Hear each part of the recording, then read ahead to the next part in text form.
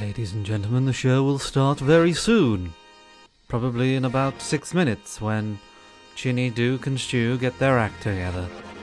Meanwhile, enjoy this royalty-free piece of shit that I found on YouTube.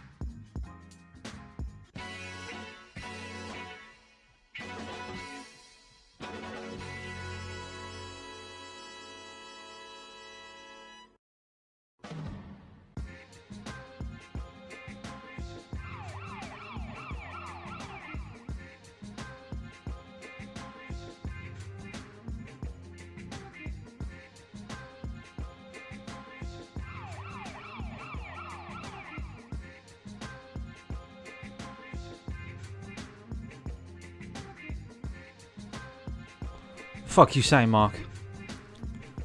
Get your act together. Talk about it. Fucking here on time, you know? What do you want? Shit. I don't know why there's police sirens in this song. There's no need for the siren. Da da. I should be on PUBG. Fucking, oh my god. You have no idea how much I want to be on PUBG.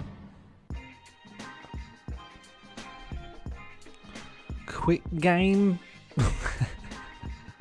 4-minute game. I can fit it in.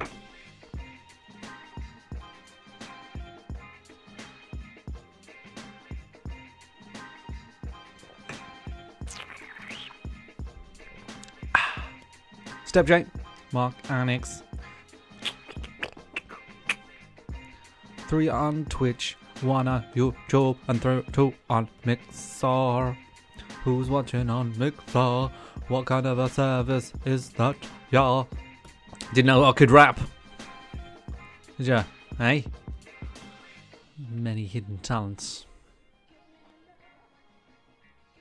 Stream health.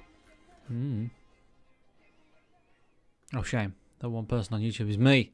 Oh well. You can dream.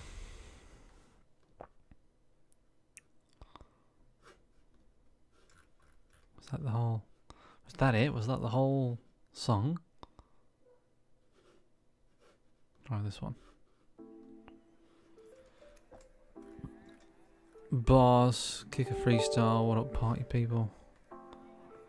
Oh my god, what? I have to turn notifications off on Skype. Notifications.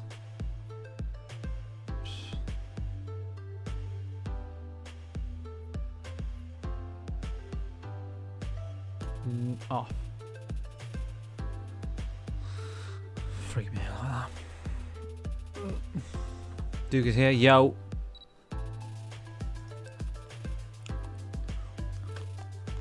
Back when Mark Wahlberg was Marky Mark. This is how we used to get the party started. We used to mix in with Bacardi Dark, and when it kicks in, you could hardly talk. If I wear something, I don't know the rest. Something like that. We should do Run the Jewels.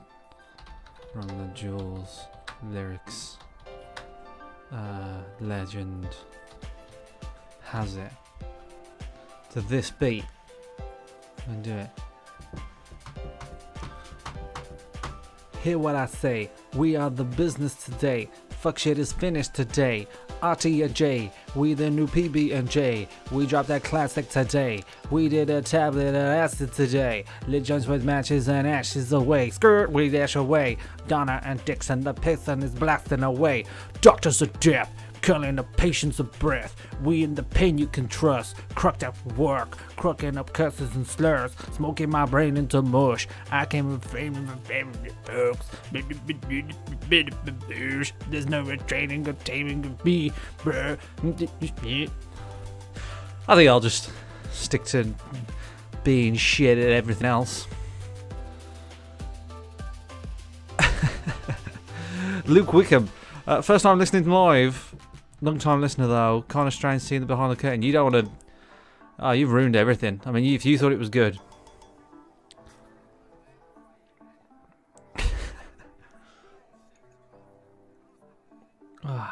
Sorry, Luke. I'm sorry to let you down.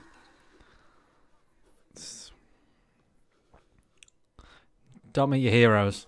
We're not even your heroes. So, you're going to be like doubly disappointed now. Great mic check though. Thank you, man. We're waiting on Stu. Stu's late, officially. Oh. Apparently I missed a call. I don't know.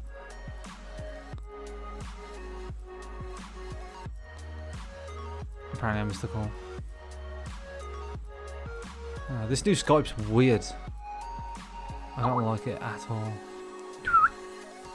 There we go, there's Stu, right on the money.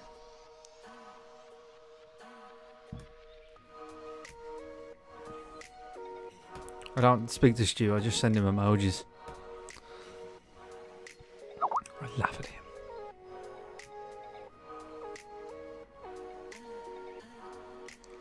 Okay. Fuck, where's the music? Fuck it off. Right, where is it? Join this. Alright. Fuck. I'm a busy man.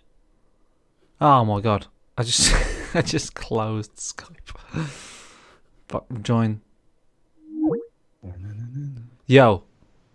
Yo. Oh. What's up, motherfuckers? Yo. You motherfucker. Yo. Yo. Yo. Yo. Yo. Yo. Yo. Yo. Yo. Yo. Yo. Yo. You want some iTunes reviews? Yo. Yo. Yo. Yo. Yo. Yo. You want some iTunes reviews? Yo. We got some. Shut up, Stu. Yo. That's really Yo. immature. Yo. Why have you got a Yo. mess thing on? Yo. Oh. Wow. I'm not going to get interrupted by stupid sound effects. Yeah, you probably are. Simi Boy, Soul Brother, Luke, long time listener, first time listener liver, and he says, this is shit, and he's leaving. Night 76. Can't blame him. Can't blame him.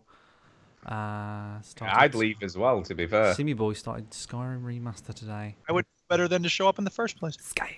God, why does it always come back to fucking Skyrim? Because Skyrim is the best game ever made. Skyrim. No, it's not. It's not though. It's not though. It is. It is. It is. It Okay, is. it's not. It's not. It is. Yeah. Skyrim will have your children. Yeah, it will. Probably would. It'd have Duke's children. Are we ready? I don't know. I didn't even get to play that pre-show banter clip. Welcome yo to the veteran gamers. Juju, Jimmy, and the fellas will tell you about every single game that you play. News, reviews, and an indie pick. Stu story time and Chinny's game breakers. Here comes Duke with the soundbite saviors. Can we cut the condescending crap and play the game? You Don't ever catch the dragon, Dad! You better be dead or in jail. And if you're in jail, break out. Be there. Yeah, boy. I am recording. Switch that console off before you have to press repeat, yo. Outlaw country! Woo! No, I said, I am your father. Put it back on. Hello and welcome to episode 390 of the Veteran Gamers podcast. Yay, 390, and we're coming at you from behindy. Ah, With a cup of tea. Right, that doesn't rhyme. That doesn't I'm rhyme Duke. either. Huh? Hello? Huh? Hello, I'm Duke. Wow, what a start to a show. Let's end this show. Let's end it. There's no Thank way you, we're gonna get anywhere. Who? See you later. Dead air. Dead air. What was that? 5 seconds? Dead air. Something like that. Something like that. I'm Stu. Shit. I'm Stu. Luke. He's done his bit. He did it. He Oh, did it. He did it. Oh, right. Yeah. Fucking hell. Oh, my God. Just wax in your ears. Duke, I say we quit Jeez. this and play PUBG because this is fucking. All good. right, I'm done. Fuck. PUBG, PUBG in the house. I'm Chinny. Hello. That's it. We're done. aka Fucking hell. Player Unknown. We are all A here. lot of people don't realize this. Chinny is Player Unknown. He's the one who made Battlegrounds. Yes. He I'm, is. a programmer and Irish. And we appreciate you doing it because it's a good game. You're welcome. Yeah. How long did it take you? Just a couple of days, but people keep saying, "Oh, can you make the servers better? Can you?" Yeah, why don't you optimize that can you shit, man? optimize it?" It was like, mate, I'm too busy making bank and banging bitches to fucking Yeah. worry about programming. Okay, Fucking bitches. I've Did got you more really just shit say that? on my mind, right? Yeah. Yeah, we should say where people can catch us live, Ginny. That's your job. You better Yeah, get we're that not done. veterans of the military. We are veterans of the gaming lifestyle. Hey, if you're listening to this on your phone or some shit over the internet, we do this idiot. live, and we also stream live throughout the week of various games that we're playing. Like me and Stu streamed this week playing a game that's really up to date and new. We did. And I've been streaming. We'll do it live. Player Unknown's Battlegrounds quite a lot this week. I did that with you this week. Yep. So hey, we have got a YouTube channel and a Twitch thing and a Mixer thing. Oh, yeah. But it's all on the website. I don't know. Whatever. Who gives a fuck? Go to veterangamers.co.uk. There's no reason not to. There are actually people watching on Mixer this week. We have got people in the chat on Mixer. Ugh. What's wrong with you people? I know things are looking good. No, seriously, I'm not, okay, that was a joke. I'm actually curious, though. You people on Mixer, you need to let us know. Why are you on Mixer? Why are you choosing Why? that platform to listen? Because it's better. I think it's actually a really good platform. But I don't want to personally. hear what you think, Stu. I want to hear what I'm they just saying. think. I'm just saying, man. I can understand why people are choosing it because Yeah. it's slick, Mm. slick, baby, Mm. slick. Well, if that's how they feel, then they can say so. If Slick. not, they can... It's- Shut up! It's slick. Also, episode 3 of my Skyrim playthrough is on YouTube now, where I forgot what happens in it, but basically, Shit goes down. Oh no! My horse gets stuck in the floor, and his ass is sky up. So that's one of the points in the That video. sounds awesome. Yeah, Yeah, it's believe like Sky Ass is Rim, you see. Skyrim. best game ever Yeah. made, everybody. Best game ever made. So. So says Duke. Yeah, apparently the link in Discord brought somebody to Mixer, so There you go. you know, Discord and all that. Mixer's better than There you go. Twitch, says Soul Brother. It's is. happening. It's happening. It is. I said that. I said that. Funk Soul Brother, check it out now. All right, I got a story. Everybody shut My up. favorite time. It's story time. Story time. So I told you last week about how I had gotten a new heatsink. And are Remember you that? doing this for just Battlegrounds? No. Like, who would go to all this effort of a new PC? No. You're such a liar. You're such a liar. Okay, I will repeat my question. Do you remember when I No. mentioned that I had a new heatsink? Yes. Yes. Okay, fine. Yes. So that got installed and it was working great. But it was kind of noisy. But I was like, whatever, I'll put up with the noise. I found a software called Fan Speed or Speed Fan that lets you adjust it. You can turn Which the is fan. Duke? Which is it? factor. Fan speed or speed fan? It's no, it's You got to Speed be specific if people are like going, I need to know what that Speed is. Fan. Speed Fan. It was the name of that Keanu Reeves fan movie. Speed Ah, yeah. Yeah, they couldn't let the bus fan go beneath 60 miles an hour fan. So anyway, here's the thing. When I brought my computer in for the dude to be like, first of all, he said, you need to clean it out. And then I said, I just did. And he's like, well, we have a actual compressed air machine. We'll clean it for real. Dickhead like, alert. okay. For real. They're cool people, though. I want to give a big ups to Remachine in Madison. They're good people. So, and they're like 2 blocks from my house, so it's really convenient. Anyway, the dude goes, you could also get a better graphics card in here. You have space. And I was like, ooh, you know what? It's summertime. I have some money. Let's do that. Yes. So I ordered a new graphics card, 1060 EVGA. They've been good to me. And I get it. And I go to put it in. And, oh, guess what? There's not enough room because there is this shelf that's riveted into my case to keep one of the hard drives. Ooh, you know what you need? And there's not enough room for me to put the new graphics card in. Of course there is. You need a hacksaw, man. That's what you need. Hacksaw to my PC case. Only an insane maniac do something like that. It worked. It may have worked. It brands It's all you. good. It's all good. It's all good, man. Yeah. Whatever. I'm not taking a hacksaw to my PC case. I'm not putting gaffer tape and glue on Well, my... that's what modding's all about. No, it really isn't, Stuart. I don't think you know what that I've word modded my case, man, and it worked. You should, well, in a way you have, but that's not what most people mean when they mean mod case. Look, pliers, hacksaw, it's all good. So anyway, I said, I'm not going to be a lunatic like Stuart. Instead, I'm going to see what the Remachine people think. Maybe there's some way to remove the shelf. I brought Did he go, whoa, I know what to do, mate? And did he get a hacksaw out? Hey, why don't you stop me every 5 seconds and make another hacksaw joke? It just gets funny every time. Sorry, carry on. Yeah, he says, no, there's nothing to be done. You just need a different case. And I was like, God damn it. He's like, don't worry. We've got cases in the basement. And I was like, ooh, okay. So he brought up a case. And he's like, here you go, $20. And I was like, okay. So what that meant was I got to switch all the guts from my old case to my new case. And I did, and it worked great, and everything went smoothly. Hey, well done, dude. And I need to give a special shout out to Richard Webster because he was very helpful throughout the whole thing on Twitter. And Hardly Dan was also very nice because he offered to take a look through Skype with something I was having a problem with, but it ended up not needing it. Yeah, so that was really good. But then I had this problem where the graphics card so I started it up with the old graphics card, and then I put the new graphics. It worked fine, and then I put the new graphics card in, and it wasn't working perfectly. It was overheating, and I was playing PUBG, and good video. That was me. Right. So I was playing PUBG, and at one point my computer overheated and it just blinked off, and I was like, no, make it stop, because at this point I'd been working on the computer for like 2 days straight. And I was done working on stuff, and I was really frustrated.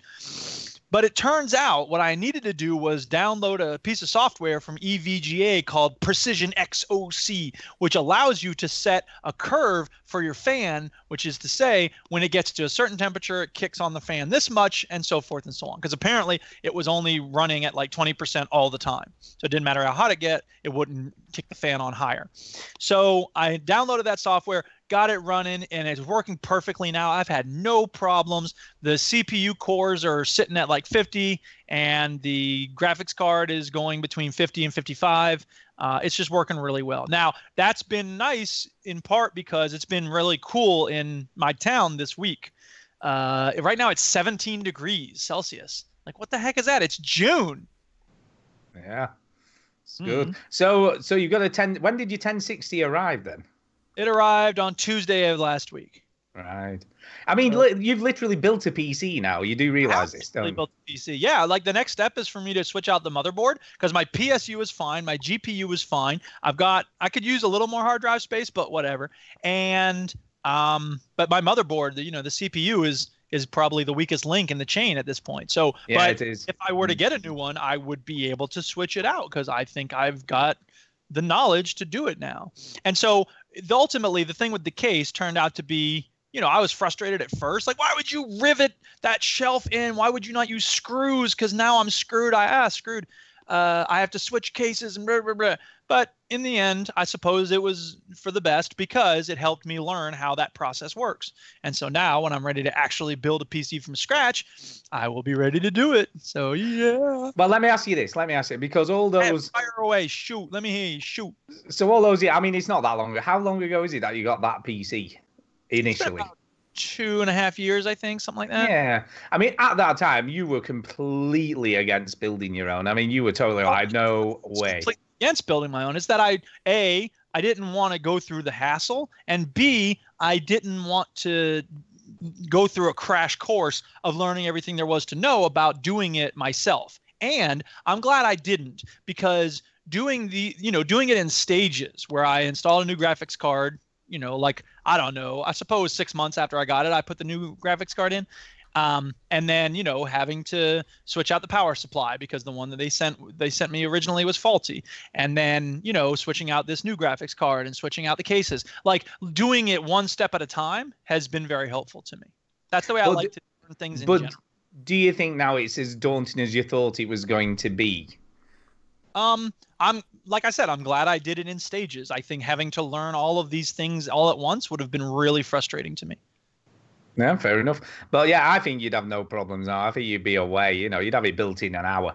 Job done. Now I think, yeah, I've got the skills, I've got the knowledge, and yeah. So I think, I don't know. I think that people who work with hardware and people who create software often aren't very good at explaining things to people. In other words, the software to control the fan on my new graphics card, for instance, right? The manual said, like, install your drivers with the CD-ROM, but generally you don't have to do that. When you put in a new graphics card, Windows will say detecting, and then it will, find your driver. But it didn't say anything about this fan control thing. So I think it's one of those examples of how the people who, the PC, look, when you get a console, you plug it in and it plays games, right? PCs are much more complicated than that. Now, they're less complicated than they have been in the past. So we are getting to a point where it's much more modular, and that's great. But it's still not as user-friendly a process as it could be, but whatever. The last thing I want to say about this whole process is, because Richard Webster was like, you got to uninstall all your drivers and reinstall them, because he was trying to help me deal with the overheating. He thought it might be a faulty graphics card. It turns out I just needed that software that controlled the fan speeds. But then I realized that the GeForce Experience, when you install an NVIDIA GeForce graphics card, they had this piece of software called the GeForce Experience. And the only time I've ever used it is to update my drivers, right? And it's pretty user-friendly way to update your drivers. Okay, fine. But it also has this thing for, like, game optimization. And I've always looked at that as wasting my time. I don't want to deal with that. I'll just go in and, tweak settings in the game, right? That's the way to do it. But this time around, I've come to realize that actually it's a pretty handy way to deal with graphics in a game, because they have a slider that goes from highest quality to best performance. And so you can decide where you want it on that scale. Most games will say, well, you can run this best performance, so or the highest quality, so we'll just put you at highest quality. But the GeForce thing allows you to tweak it so that if you find you're having some stuttering, or it's, the processing isn't working very well, it can slide the quality down in order to give you better performance and stuff. So it's a nice piece of software. So I will give a thumbs up to the GeForce Experience. And that's all I have to say about all that PC crap. Wow, well done, Duke. Well done, mate. I feel proud of myself. And again, I'm very You should be. Harley Dan and Richard Webster for helping me out with all that stuff. And someone else had helped out too, but I don't remember who it was. They sent a couple of messages, wasn't it Hardly Dan? Was it Hardly Dan? Yes. Speaking of Richard Webster, by the way, people who know him and me might be interested to know there is a new Sincast out where he and I talk politics for an hour and a half, and that's just part 1. There's a part 2 coming later. So, yeah, check it out. Sincast, Didactic Sincast. It's at my website, fbesp.org, or you can just type in Didactic Sincast. Yeah, check it out. Very good.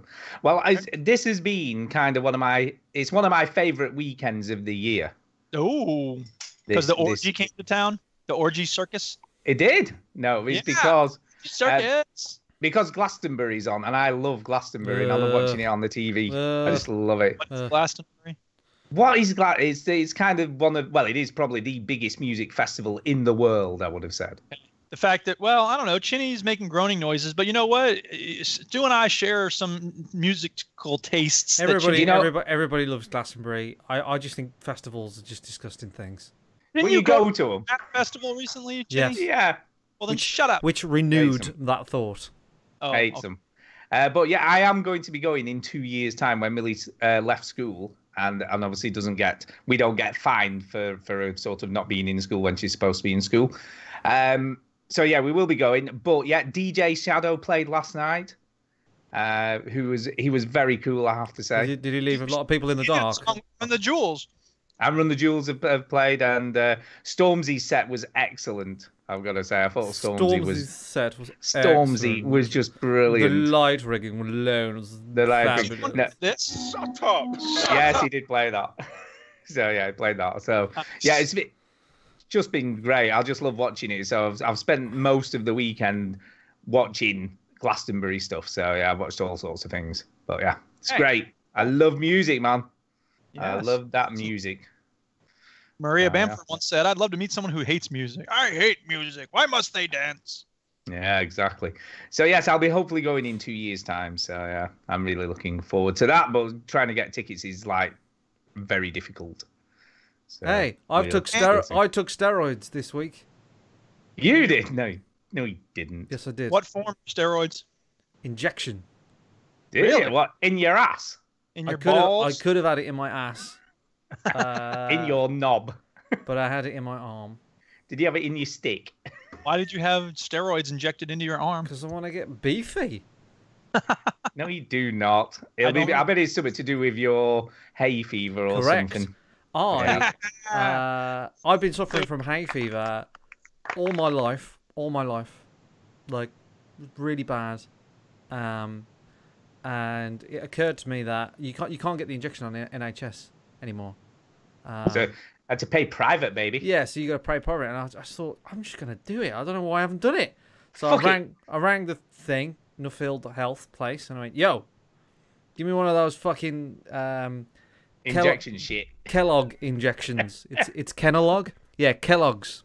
Give me one of those." Yeah, they're And, great.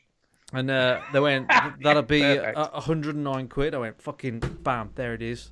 Put it on, cash." No, I didn't really pay cash. And So how long does it last for then? 3 to 6 months. Oh, that's good. It's great. Cool, I was skeptic about it because I was dying of hay fever. Since I went to Portugal, I've had hay fever non-stop this year, and it's absolutely killing me. Like to a point where, and I don't want to get like people who don't have hay fever have no sympathy for people that have hay fever, but hay fever is basically just drags you down, wears you down. You can't do anything. I've got a lot of patience, and I don't really lose my temper, but I lose my patience. It was Doctor? Sorry. I didn't know you were a doctor. It it just wears me down, and it stops me doing work properly. It stops me like playing video games. You know, I sound like a mess. My eyes was itching. I couldn't touch my eyes without like just crying all the time. And I was skeptical. Took it like that overnight. Changed. Yay! For the first time, I can breathe through both nostrils. Excellent. Very rare that happens to me. I've actually been taking steroids as well. There's a cream that I have to rub on my head because I have these splotches, and it's got steroids in it. So. There you go. The only side effect is bodybuilders. You. I'm using steroids, Stu. the only I'm side not using steroids. the only no. side effect is that I'll wither and die in about a year, but that's fine. Fine. Right. You'll Stops the breathe hay it fever, man. mostly when you die. It's going to be a good gives a year. shit? No, apparently the honest side effect is that it thins your bones. It makes your bones brittle if you take it too regular. So he says if you took it every 3 months, you'd in a few years you would start to, feel the effects of it. But once a year, you'll be all right. So Yeah, for the summer, for the man. summer. So He says like, this time every year you come in, you'd have the thing, you'd be all right. So honestly, That's if good. somebody's got hay fever, Soul Brother in the chat right now says I have it badly. I know it's 109 quid sounds a lot of money, but I would have paid $2 grand and have it injected in my Jap's eye if it fucking did the trick. I don't give a shit because a Jap side. because- That sounds painful. hay fever is just the worst.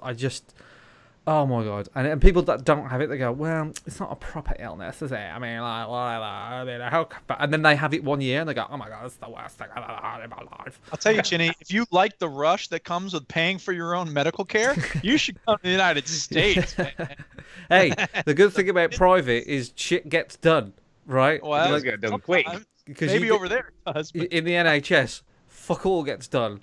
well, But you know, it's one of those things. But yeah, that's all I wanted to say about that. I have Very taken cool. steroids. All right, people, it's time for talking about video. No, just whoa. Stop it. Yep. What? I was just going to say, just before we move on, I know we've moved off the Glastonbury thing, but Why have you got to bring up Glastonbury again? It's I know, shit. it's Nobody just- likes it. It's a con. It's all run by Donald Trump. Move on. no, I want to just tell Duke that Justice are headlining tonight on the second stage. You know what? I like Justice okay, but every time I think about Justice, all I can think about is that one song where it's just. Are you sure that's how it goes? It definitely doesn't sound like Justice, that. All right, can we move on now? Yeah, let's move on. Okay. What's this playing? Definitely couldn't have said that anywhere else. Had to stop the jingle. Boom. Yes, we've been playing video games. E3's done, so we can forget about all that shit. That's right. Yeah, fuck E3. Yeah, so we have been playing stuff this week. I've been playing stuff. Duke's been playing loads of stuff, I've noticed. A lot of stuff on Duke's list. Must be summertime. Oh yeah. Yeah, so I think we should start with Duke because he's been playing loads of shit. So let's Okay. go. So we're gonna start with talking about PlayerUnknown's Battleground. There's actually not much to say about it. I had 3 kills in 1 round. That was cool. Was that you were there, Chinny, weren't you? Yes. Yeah. So that was fun. And I've never come close. I think top 20 is the closest I've ever come. So I know you got second place at one point. Yeah, but- whatever. I got first, motherfucker. Did you really? Yeah. Oh my God, Chinny had a chicken dinner. I got a chicken dinner. I'm gonna start. Tell us the story. I'm gonna start uploading the best bits of the playthrough of Battlegrounds tonight. So the first one's gonna go up tonight. Does it have your in it? No, the chicken dinner won't be tonight, but tonight will go up is the how I ended up, the reason why I shot Fraser in the face. So that'll be, Other than the fact that he's Fraser. and to be honest, I asked him, I said to him, Fraser, you know you deserve that, and he said, correct, I didn't deserve that because of what happened. What did he do? You'll What have did he to do? watch the video, Stu, Oh, come on, to man. find out. To the people listening, man, they don't get. Yeah, what free- about people listening? They might not watch it. He basically, well, he rode the boat into a dead end basically, and I shot him. So Well, I don't blame you for shooting him. yes, Although, to be fair, if that were the case, then you would be justified in shooting me for driving the buggy into that concrete, yeah. cistern or whatever it was. Yes. So I did a chicken dinner. It was a squad of 4. I can't remember who was in the squad. No, but basically we all survived. All 4 of us survived. There's Nice. 2 people left in a house, and I killed the one because I could see him through the little gap in a window, and I think I don't know who. I think it might have been Kev or something who killed the other, and that was it. And then me and Fraser came second, and we should have won it in a duo. We should have won it so badly. We was very, very bad mistake that we made. But yeah, we should have. Well, that's won like, were you there when we got jumped by the people in the shack? Yeah. So me, Duke, and 2 others. There's these little shacks in the game, Stu, like tiny little sheds, nothing big. Right, yeah. And By the way, if anybody doesn't know, you parachute in an island with 100 other people. There's a circle. It keeps getting smaller, smaller. Push you together. You run around, find guns, shoot each other. That's the nature of the game. PlayerUnknown's Battlegrounds. It's Hunger Games. So as the circle was really small at this point, and we was all still alive. There were like 10 people left, maybe. Yeah, all still alive in the squad. So there's 4 of us still alive, doing pretty well. And there's these little sheds, Stu. And usually, I mean, sometimes you go over to them, but there's not. Sometimes you might drop lucky, but they're not something that you get excited about. You kind of ignore them after a while. So anyway, we were running towards this, and we'll use that shed as cover because the circle's getting really small. And there were people here at these trees fighting with people over there at that house. Yeah. So And we're going to let them sort of take each other out, and we'd pick them off. Yeah, and then the door opens on that shed, and we find out that there's 4 people in there, and they just come out and absolutely kill us. They massacred us. Yeah, it was so frustrating They because as soon waited as for us. I was like, "Oh my God, guys!" But it was too late. And So, but let me just a minute. They basically did to you. We probably you- would if we had thrown a grenade in that window of that shack, we probably would have won the game. Yeah. You see. Yeah. Grenade. I don't know about you, Duke. I know you turned on the game completely because you went from absolutely not liking it to now, loving it. It's really into it. You play for the moment. You play for the. Not every game has a moment, but some games do, and it's absolutely. Some games do, and it's also the type of thing where I had to get some competency. Like the first few times I played, A, I'm learning the map. And B, I'm getting used to the controls. And C, I'm realizing like what I need to do. And what I need to do is, first of all, put the goddamn guns on burst or auto. Because I never do that. I never do that. I can't. I'm not. You're accurate, Chinny. You have to understand. I am not an accurate. That's not true. Well, you're more accurate than me. Goddammit. So when I get a gun, I need to have a number of bullets coming out of it at once. And I'll tell you, this is the funniest story that's happened to me so far.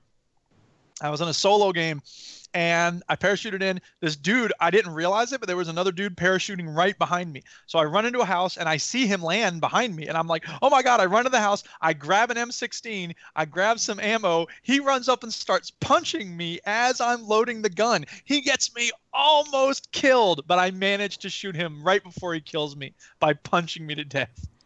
Yep. God. I've got this tiny little sliver of health. There's a car right outside the house. I was like, yes. And I thought there might be someone else in that complex. So I was like, I just got in the car and I drove away. Somebody shot the car and I instantly died. And to tell you the truth, I had so little health, they could have shot a tire and I would have died because I had that little. Can I just ask, are you all still running around naked then? Is that the thing?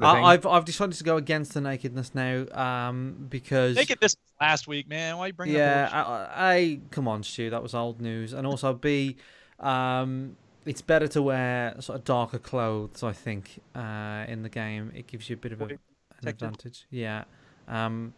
But a lot of people play this game with low textures and low poly, and not low poly, but low textures and low bush, lol. So you can sort of stand out more. So to be fair, we were never able to actually be naked. It was just underwear. Yeah, just underwear. It doesn't have. It's not Conan Exiles where you can have a slider for your dongs. But yeah, I continue to. This is the only game that I've played. This is seriously messing up my Dirty 30 because I have not played anything else apart from PUBG. And I suppose Duke, like it is about the. I feel like I'm at a point now where I'm much better at the game.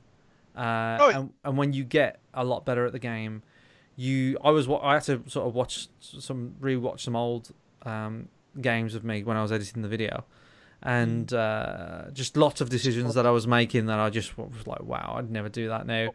Just a lot more confident, and I think that's so. If anybody's thinking about getting it, it's very intimidating. It's a very scary game to get into, and it's the type of game where I think once you have a little bit of confidence, it takes you a very far way. Because I remember when I first started playing, I would see people and I'd be like, ooh, that's where I gotta not go in that direction. And now I'm like, ooh, there's a person, you're gonna die. Yeah. And a lot of times they don't. A lot of times I get got. But you play a game, you parachute in, you find a weapon, you go running around. I was in this like warehouse district, and this guy was just running around. He didn't have a weapon, and I just followed him into the warehouse. And as soon as he found something on the ground, he started picking it up, and I was just, and he was done. And I don't know, it's sick, but it's a real rewarding feeling of like, yes. Because here's the thing, look, if you get a kill in Titanfall 2 or Call of Duty, you're gonna get 10 of those in a round probably if you're like me and you suck. Whereas in this, if you get, for me, if I get 1 or 2 kills, I'm like, yes, I am the champion of everything. It's such a feeling because it's here. There's a town at the top that we've named Chintoon.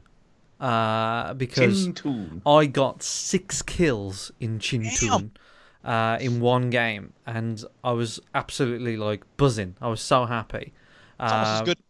Not Kev. Was it Kev who got the 6 kills? Or? I think Sean got 6 kills. But yeah, like we play with Sean and Kev, who are both Scottish, so they was like, Chintoon and Bill and your tatties and all this. And they named that town after me, seeing as I did so well. So now we always try and land in Chintoon. which is the Cool. town Yeah. at the top. I can't remember what it's called, but it's right in the middle at the top of the map. I fucking love this game, Duke. I don't know. I just fucking love it. So, but you've not talked us through how you came first. Did you mention that? You've not really. Yeah, I don't know. But there's a house on a hill, and there's 4 of us, and we saw a guy in a window, and Kev killed the other guy. Yeah, I mentioned that. Yeah. Yeah. That was the chicken dinner. Got it. Do you feel like you want to also get? I mean, I don't know. Do you think it would be different if you also got first place going solo? Yeah. No, I think I'd love to get. I got 6th today. Yeah. Solo, and I've got 10th solo. So I'm getting better. I feel like I'm getting better, and I just solo's a different game now. It's a little. I'd say Yeah. solo's a bit boring sometimes because you do sit and wait a lot more. The thing that's different for me about solo, the reason I like it is because if in the team games, if you see one person, you know there's 3 other people around. Well, them. but like I like that about duos though, because you always know how many of them there are. It's like there's only one or 2 of them. And the thing with Battlegrounds is when you kill someone in a team or duo, they'll go down, but they're not dead, like in Gears of War. Sort of like they can be revived if they have friends. if they have friends alive. But if they're the only one left, they die straight away. What I love about solo games is people go down, they're dead straight away. Like there's no you can shoot them once in the head, that's it, they're dead. It's over. Yep. Which isn't quite nice about solo games. But I don't know. I can't play this game enough because I play it and time just seems to disappear every time I play it. And I've already put probably about 50 hours into the game. Hours have I put in? Let's find out. Yeah, That's crazy. Jude, can I just ask you while you're looking that up? Ask. How does it feel now with your new fancy pants PC then? 16 hours I have put in. You know, I actually have to keep the settings on low because it will it's not very well optimized. The number one priority for the developers needs to be optimization. and it is apparently. I listened to an interview. I hope so. Yeah, and they're hearing it. Don't worry about Good. it. So, and it's funny because I did a search for PUBG optimized or overheat, and like there's a lot of forum posts on Steam, on Reddit, and elsewhere where people are like, "This thing makes my computer get to 80 degrees Celsius," and like, what the hell? Yeah. And they're just like, "Yeah, well, that's the way it is."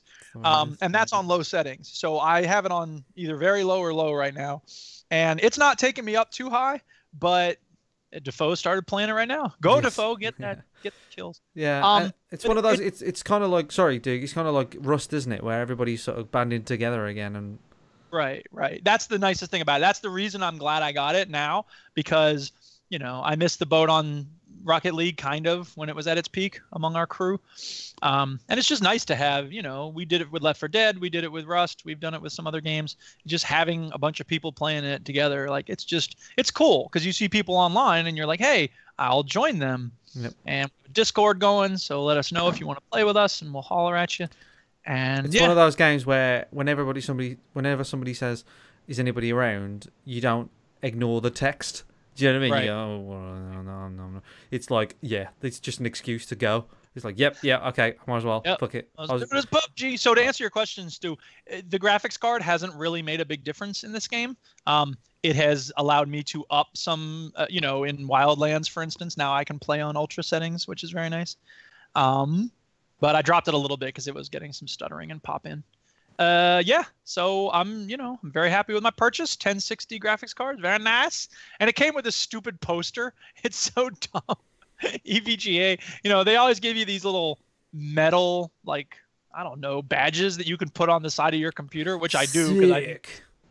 But they also send you this poster with this like knight in armor holding like a fire sword, and it's like, prepare for battle with the best graphics cards. It's just like, shut up. That's so stupid. Sounds So sick anyway. to me. Yeah, Yeah, very good. PUBG, No, it's awesome. looking good. Looking Yep. good. Lot of fun. What else have you played then, Duke? PUBG So, is the only game that matters. Yeah. I'm still giving away a copy of Rocket League for Steam, and I haven't had Oh, any... we've got it. We have an entrant. For this week. Why didn't they email me?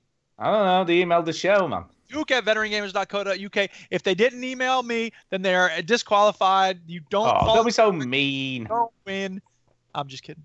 It's because you had too many rules, man. That's the trouble. Whatever. Do you want a free copy of this awesome game or not? We've got an entrant anyway. So Okay, well, next Sunday is going to be our giveaway. So if you want an entry, listen to last week's show. Basically, you need to tell us how you're going to respond to 3 toxic comments on Rocket League and show us that you're the better person, and you can win a copy of Rocket League on Steam. So that's something I've been playing. A little bit of poker, a little bit of Minecraft. It's the Steam sale, in case people didn't realize. That's happening now. And I was looking at Fallout. They don't have different deals every day, but they do have certain things that are featured. So they'll put things in front of you each day. And they recently put Fallout in front of me, and I was like, oh yeah, I never got any of the DLC for Fallout 4. And I only ever did one playthrough of Fallout 4 up till this point. So I was like, well, this is the universe telling me something. So I bought the Far Harbor and the Nuka World. And I heard Nuka World isn't really all that impressive, but I don't care. It sounds cool to me. There's an amusement park taken over by raiders, and you have to go in and clear it out. I'm like, duh, that sounds perfect for me. That's exactly what I want. Yes, please, and thank you. So I've started a new Fallout 4 playthrough, and guess what I've spent most of my time doing so far? Crafting. Just Jesus. getting Sanctuary to look nice again. Yep. It's so stupid. You're just a weirdo. I'm sorry, but you just. But I can't help it because here's the thing: the first playthrough, I didn't know what I was doing, so I was just randomly putting beds here and food there, and clearing out some of the houses, but not others. This time, I'm very systematic. I'm like going around, clear all the broken houses, clear all those broken down cars. The city looks clean, and I'm ready to start building on it and putting up defenses and all that stuff. So, yeah, it's cool. Yeah, I've also, because I finished Witcher 3 a few weeks back, I've moved on to Dragon Age Inquisition. Yay! So I've been playing that, and it's good, obviously. It's BioWare, which is my second favorite developer after Bethesda. And the graphics are good. The gameplay is solid. What have I made notes about? The controls were kind of clunky at first, but then I realized that they had updated the game because you're supposed to click and drag the mouse around like an MMO in order to look around. But there's an option now where you can toggle it so that you always look around when you move the mouse. So I managed to fix the controls. Cassandra is a badass. I really like her. She's a cool character. There's this whole war room thing where you're supposed to like summon the. Well, it's a little bit like the thing they did in Mass Effect, wasn't it? Yeah, it is kind of, and it's like requisition of supplies and scouting, and they're kind of RTS missions, and it's like in Assassin's Creed where you send people out on missions and stuff. What the hell? I just want to fight monsters. Can we please get back to the basics here? And again, like. Say what you want about Fallout, like that stuff's optional. You don't have to build Sanctuary up. Like it's whatever. I didn't do none of that shit. Well, there you go. The friendly NPC AI is carefully balanced. So that's the thing that Dragon Age has always done very well. You have a party of 4 people, and your characters will fight on their own pretty well.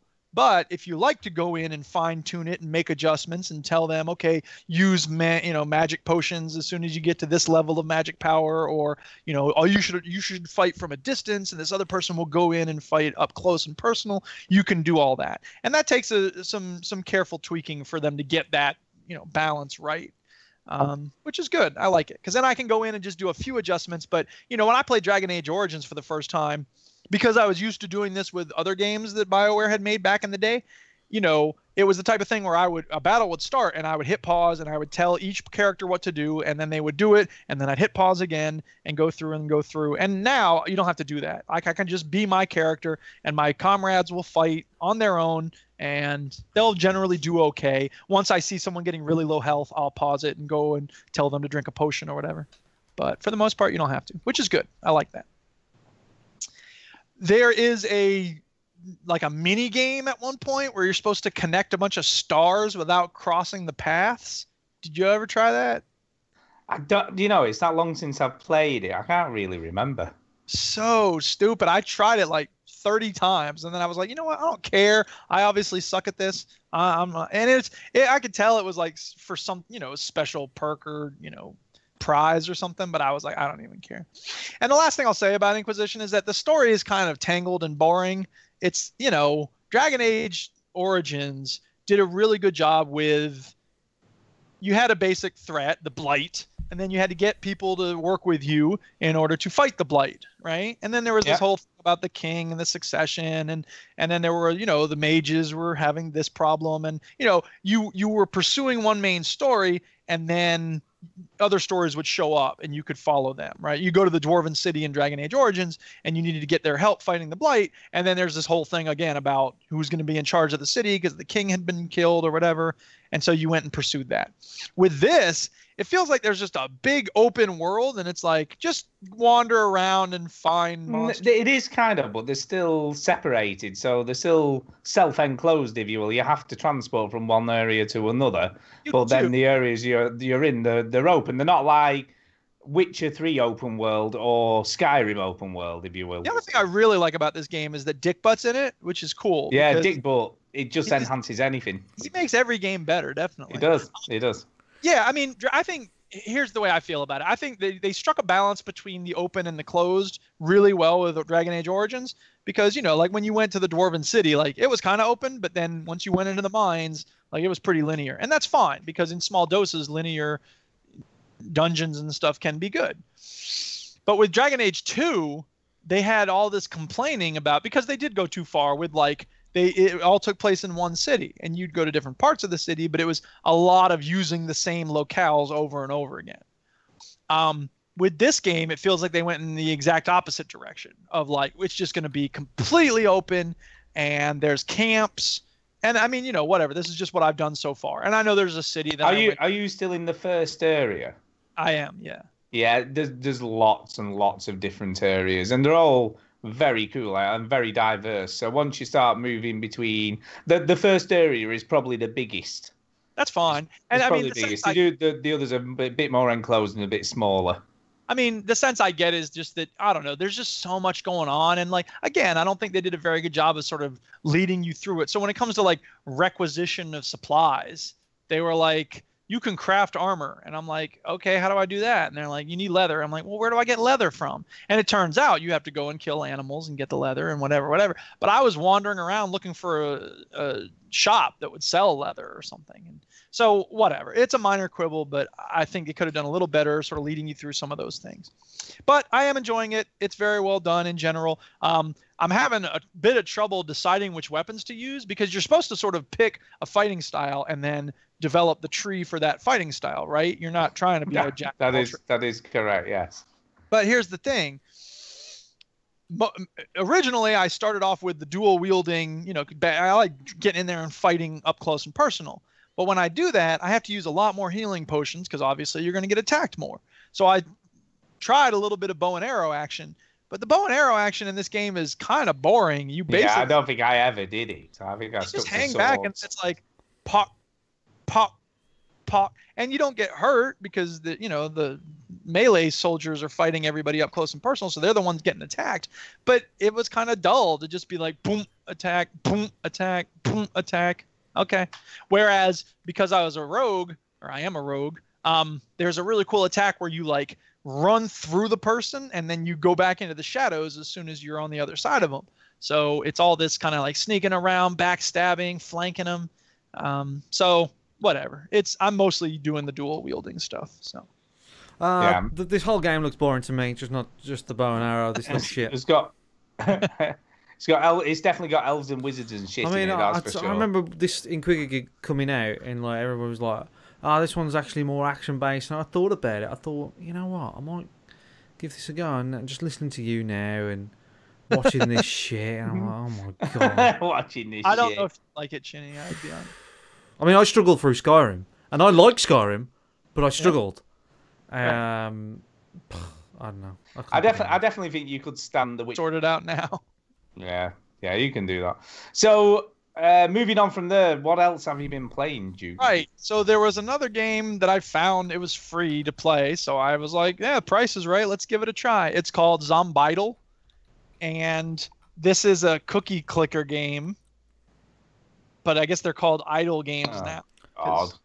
Yeah, I know. Hey, clickers. Yeah. Freaking clicker game. It calls Shut itself up, an Stu.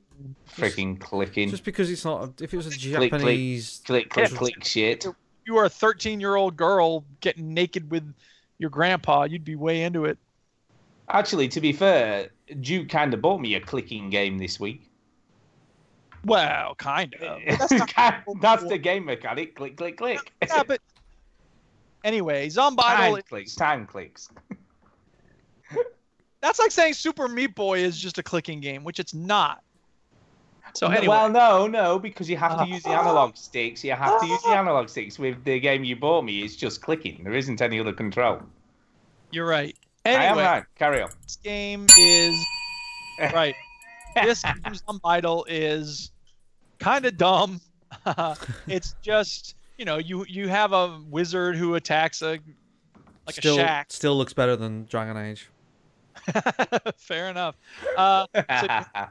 This like wizard who attacks a shack, and then you can hire zombies to attack on their own, and you don't have to keep clicking.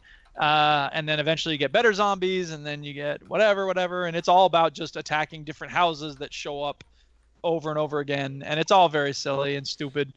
But these kinds of games are designed to be addictive. So once you realize, I can get more skulls because that's your currency by getting better zombies, then you keep driving toward that. And then you get better zombies, and you get whatever. So I mean, whatever. It's free. It's amusing. It's not very good, but if you like this kind of game, I think you could do worse. So. It looks alright. That's Zombiidle. Geometry Dash is the game he's talking about. This game, I bought it because it's $1, and the reviews on Steam are overwhelmingly positive. And the way I'll talk about it is, okay, imagine Super Meat Boy, but you're constantly being propelled forward. Like there's no jumping back and forth between things. It's linear. You have to always be moving forward, but you don't have to worry about moving yourself forward. All you have to do is figure out when you need to jump. That's pretty much it. Kind of. It's the most frustrating game ever. How far have you got into the first level? I've cleared the first and second levels. Jesus Christ, I've got like 60% into I've got to the second Techno Kitten Adventure stage. Yeah. So the nice thing about the game is that it has 2 modes. There's real mode or serious mode or whatever it's called, and then there's practice mode. And you can do practice mode, and it has checkpoints along the way. Have you been doing that at all, Stu, or have you just been? No, I've been in real mode, baby. No messing. So the thing with practice mode, I was like, screw that. I'm not messing with it. I'm just going to do real mode. And then I realized, you know what? It can be not only frustrating to never get further, it can also be counterproductive to not know what's ahead and to learn. Oh, for sure. Failings. Because you go right back to the beginning every time. Exactly. So in a way, practice mode is good to practice, strange as that may be. But slow down. It's so infuriating because, and here's the thing, but it's also the kind of game where, like with Super Meat Boy, you can feel yourself getting a little further each time, right? Yes, you do. Yeah, definitely. So the nice thing about it is, when you get 20% through the map, it'll say new best 20%. And then the next time you get 22% through, it'll say new best 22%. And that's nice because you can feel yourself getting further. But the other thing is each level is split up into 3 kind of sub-levels. So the first and the third, at least in the first 2 maps, you're sliding along on the ground. And then in between, there is a level where you're kind of in a spaceship and you push the button it's Flappy Bird. You are either Flappy Bird, Techno Kitten Adventure type thing, isn't it? Exactly. So it's the type of game where I get so mad. I feel so hostile when I lose. But when you clear a level, there is nothing like it. And it's because of all the misery and suffering by not clearing it that you then feel so good when you do clear it. Oh yeah, it's very well designed. I mean, the way it tricks you as well, where you like jump when you're not supposed to and things like that, and you're like, don't. Yep. And the other thing that it's very good at is the music is correlated to the action. So there will be a techno song that's like, and those 3 sounds happen when you're supposed to jump. So once you get into the groove of what you're supposed to do, you'll notice that, oh, that matches the music. How about that? Yeah, the soundtrack is excellent, I'm going to say. The soundtrack's very good. I like it a lot. The other thing is there are coins if you want to give yourself an extra challenge to not just finish the level, but also like get the coins along the way in the same way as Ollie Ollie has, like special bonus stuff you can try to snag along the way. Yeah.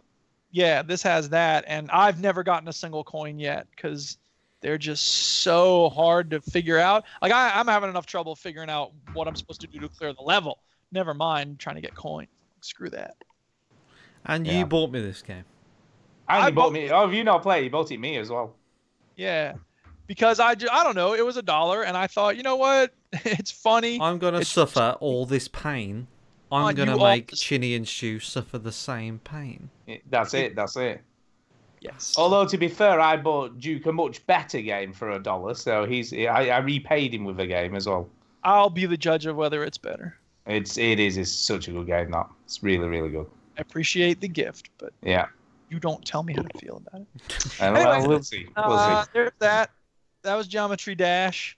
And it's good. Check it out. It was $1 on the Steam sale, so you can still get it for $1 if you're listening live, and probably when it goes out on a podcast, it'll still be $1. So check it out. And then the final game I played this week was the last couple weeks. I played it this week though. I started and finished it yesterday, maybe. Anyway, it's called Old Man's Journey, and this was a gift from somebody, and I don't remember who gifted it to me. So thank you, whoever you were who gifted it to me. I'm sorry I don't remember your name, but yeah, it's a puzzle game, and the puzzle mechanic is okay. So first of all, it's very charming. Like this game is trying to get by on mostly charm alone, which it does, but just barely. Because at a certain point, when a game is this charming, there's a part of me that's like, it's cutesy and it's French, and it's kind of heartwarming, and it's like, get out of my face with that shit. It's been done. It has. I mean, and they do it well. That's the thing. Fuck off. Mad about it. It looks cool. I mean, I'm looking at it. They say you're falling for it, Stu. This is my kind of game. Stu. It is Stu. Don't fucking fall for it, Stu. Graphics are very well done. This is game. made It looks by very nice. Massive corporate EA fucking big man just going like, I want to make one of those fucking hearty games where people cry and someone pisses themselves. It definitely doesn't cry, Fuck not 'em. at all. It's not that kind of charming. But it's French charming, so it's like, countryside, and there's a hotel and this and that. The art is very nice. The art is beautiful. It's a really good. It does look good. It does look really good. Yeah. Some of the puzzle elements are obtuse to the point of just total frustration. Like there's this one puzzle where there's like a tugboat holding up another tugboat or something, and there's a guy on the tugboat who has like a switch, and it's got red and green A Nintendo dots. Switch. Yeah, basically. And when you click it, he touches the switch, but it doesn't do anything. And so I figured out eventually you have to somehow swing the other tugboat, which is on a chain, and then it swings back and forth, and then I clicked the switch again, and like eventually something happened, and I moved on. And I still don't know exactly what I did. Yeah, so you don't know what the solution to the puzzle was. You just kind of chanced upon it. Right, exactly. I just clicked on everything until something happened. So that's kind of frustrating. But to be fair, that's in the vast minority of this game. Most of it is, you can figure it out, and it doesn't. It's definitely Limbo-ish in the way that it doesn't tell you anything. But it's not Limbo-ish because it's not as intuitive as Limbo. That said, most of the game is the guy's wandering around, and you have to like pull the hills up or down in order to get them to meet up with each other so that he can move on from hill to hill. Does that make sense? Wow, that's a cool power he's got right there. Yeah, exactly. So along the way, as he travels on this journey, and you have no idea where he's going, he gets a letter and he's off, and you don't really know where he's going at the start of the game. He has these flashbacks. So when he sees a boat, he has a flashback to a time he was on a boat. And when he sees, a man and a woman having tea, he has a flashback to a time when he had tea with his wife and all this stuff. When And he that's fine. beat up a child to death. He remembered the time he was in a fight club behind the 7-Eleven where he beat up a child. Yeah. And the other thing is that there's a lot of like windows that you can click on, and then they'll close the shutters for no reason. Like it has nothing to do with the game. They don't want no peeping Tom go looking in, do they? But there's no one there. It's just a window. This game looks like what Santa gets up to in the summer. It does. That's a good way to describe it, actually. I like that. That's good. That's right. It does. This is what he does on his summer vacation. Santa's day off. Yeah. Yeah. That is funny. I like it. It's good. Guess what? Santa's So- a boring bastard.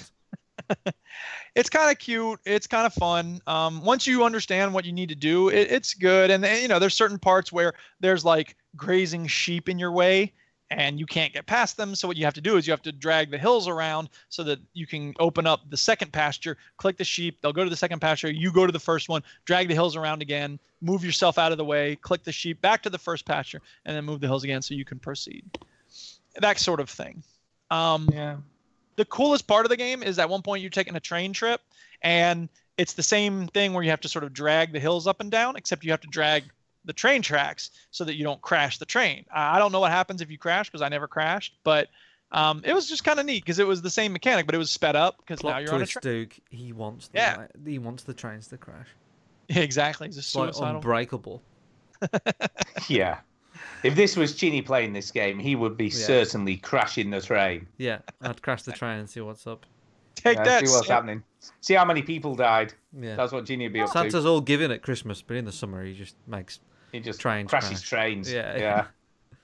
Yeah. He's just like, that's his mean edge because he has to be so nice at Christmas. yeah, it balances out. Yeah. Yeah. So, this is yin and glad- yang. I'm glad I didn't pay for it. I did give it a the best review. I'm glad I didn't pay for it. Yeah, back of the box. I gave it a positive review on Steam, but it wasn't, wildly positive. I said It wasn't mega positive. it's worth getting on sale probably because again, the art style is good, and it only took me like 3 hours, I think. So it was good. I liked it. It was fun. Thank you, whoever got it for me. Not game of the year, but cute. And I You're think joking. It's not game of the year. Stu, I think you would like this one. I think this will be I your probably game of the will. I year, probably shit. will. It probably is my game of the year, waiting to be played. Don't Yeah. think so. It's got That's- 10% off at the moment. It's £5 whole at the moment. It's worth that, I think. 5 whole quid. Nice. Is that it? Is that it for you? So that was just for me- to be clear, that was Old Man's Journey. If people was wondering Yes. what it was. Old man's journey. Yes, I have been partaking in the Steam summer sale. I bought 2 games. I have played one of them, and the other one's in the wings. And I am very tempted to buy some other stuff off my wish list, but I'm kind of holding back. Did you buy Gang Beasts? Should I? No, I did not buy that game yet. What No. the fuck is wrong with you? We told you in all. It's got terrible reviews, man. It's Fuck got off, terrible Stu. reviews. I'll Fuck tell you it what. has. I'll tell you what. Right. You are always No, talking Stu, about how we Duke, play What games. terrible Dude. reviews, man. Here's a game ready to play with you. Right. No. Right. Okay. This is how confident I am. Right. Yeah. Stu, Yes. buy it. Yeah. Us 3 play together. Yeah. Yeah. Yeah. If you don't, and we've got to do the honor system, right? So we're Yeah. going on honor. Yeah. If you don't think it was worth the £10, I'll give it you back at EGX. Okay. Okay. If you I'll- honestly say I didn't enjoy it, I'll give it you Yeah. back. Right. Okay. I will be honest. as well.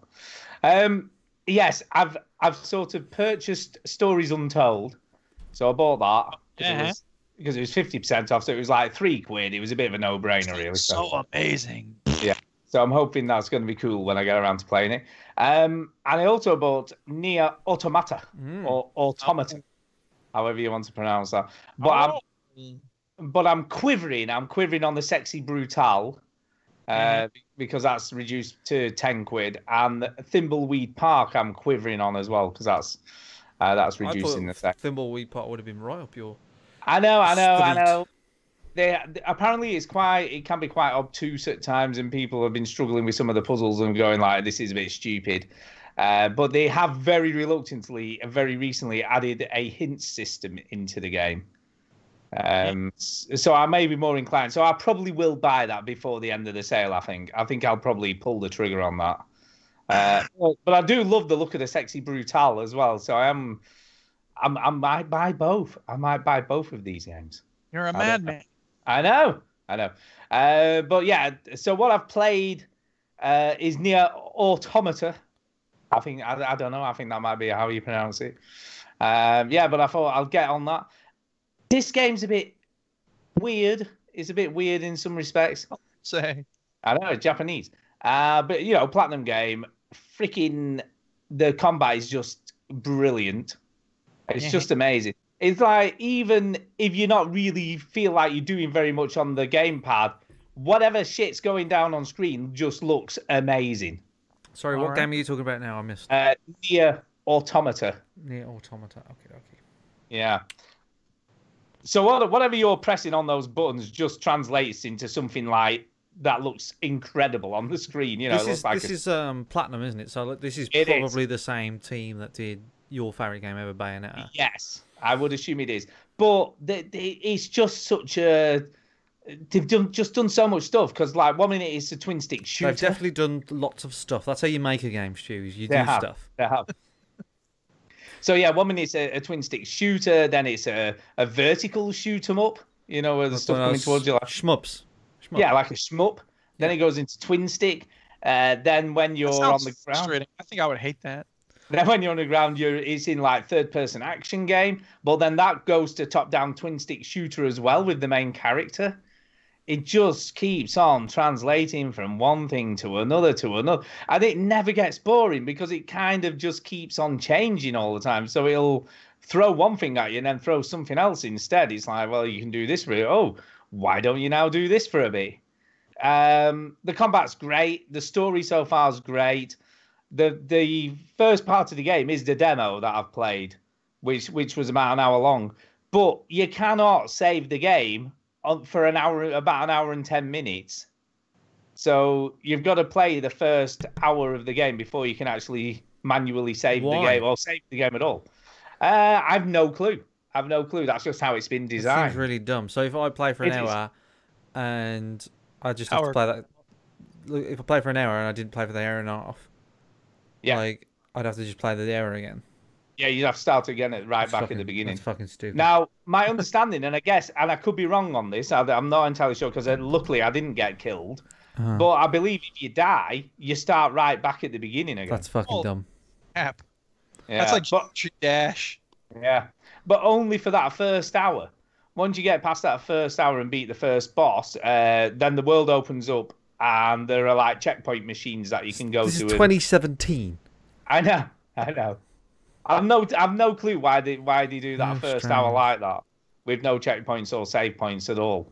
So Stu, since you went there, I have to ask. You said the story's brilliant. In one sentence, what is the story? I have no clue. It is. What is it? I don't know. It's something to do with androids and something to do with machines have taken over the world. So you're sort of living on a space station in space, and they're sending down these androids to fight the machines so that they can reclaim the Earth. Yeah, I guess is the story in a nutshell. This is the game that has, is it 26 endings or something? Is that right? It's got loads and loads of multiple endings. Mm-hmm. So it's got tons and tons and tons. Cool. But it's good. You get cash. You can buy upgrades. You can buy sort of health packs and all that kind of stuff. I'll be honest, I'm playing it on easy because I just want to play the story and enjoy the combat. But there is a like Duke, for someone like Duke that hates this type of game. Yeah. There is just a almost full automatic mode. Okay. So if you play on easy, you can engage this automatic mode and it literally does everything. So Why you just watch someone else play it at that point. That's basically what it is. You just press a button. You do that free on YouTube. I don't know if people know this, but you don't have to buy the game and then not play it. You can not play it on YouTube. Literally not play it. So you can engage. There's a really easy mode as well where you just don't fucking bother playing it. Yeah, there is. But then the achievements show up on your Steam profile. They do. But yeah, I'm really enjoying this so far. I've literally just got to. I don't even know. I'm guessing it's Earth. but I've just So literally is this a contender for Bayonetta for you? Like, it's at the moment, possibly. I'm really enjoying it. So, and it's not too what does onerous. Bayonetta have that this doesn't? Like, Well, let me think. Well, Woman Bayonetta, in the hair suit? Check. the biggest difference I would say between this and Bayonetta, this has kind of got a more serious tone. right, So this is a little less tongue in tongue cheek. in stupidness and all that. This is kind of a bit more serious and a bit more heartfelt, and there's like some emotional moments going on and all that sort of stuff. So I assume. I don't know what the story's about, but I assume there's some emotional moments. People are Yeah, looking serious in cutscenes. I don't know what's going on. a lot of video games don't have sort of emotional moments Hey, to do at all. Duke, if you used to ask me what happened in Vanquish, I won't be able to give you an answer. Okay. There's no emotional moments. What, there's a space station and the Russians took over, or they got taken over by I don't know, something about Russians. Yeah, so I mean, it's really good so far, and what I'm really happy with, because obviously compared to you two guys with all your new fancy fandangle, fancy pants PCs and stuff, Who would have thought in 2017 Stu would be the one with the old? I've still got a GTX 770 in my PC, so this is an old graphics card in it. Playing on a calculator. Oh yeah, exactly. But it's I've got it on sort of medium settings, and the only thing that's not on is anti-aliasing, so things look a bit jaggy. But other than that, it looks really good, and it runs as smooth as anything. So it's not. Are you playing this on the PC, Stu? I am, yeah. Yeah. So there's been no stuttering or anything of that nature, and it's kind of just game, there's so much happening. It doesn't really matter what the graphics are set to. It's like Rocket League. Like I set the graphics up on Rocket League, and I'm like, I can't tell any difference because there's too much happening. yeah, there's stuff going on, but this game would definitely need to run smoothly because it's all about the combat and the fighting, and if that starts looking a bit jank, then that's probably 50% of the game gone, isn't it? You know what I mean? That's what it's all about. So I am very happy. Moments though.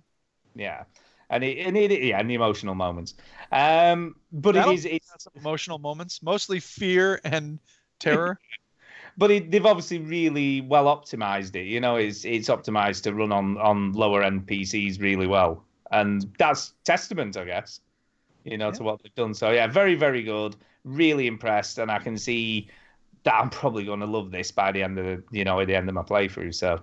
So far so good on that. I finished Walking Dead. That was Nier Automata for people that didn't know. Yeah, Nier Automata or Automata.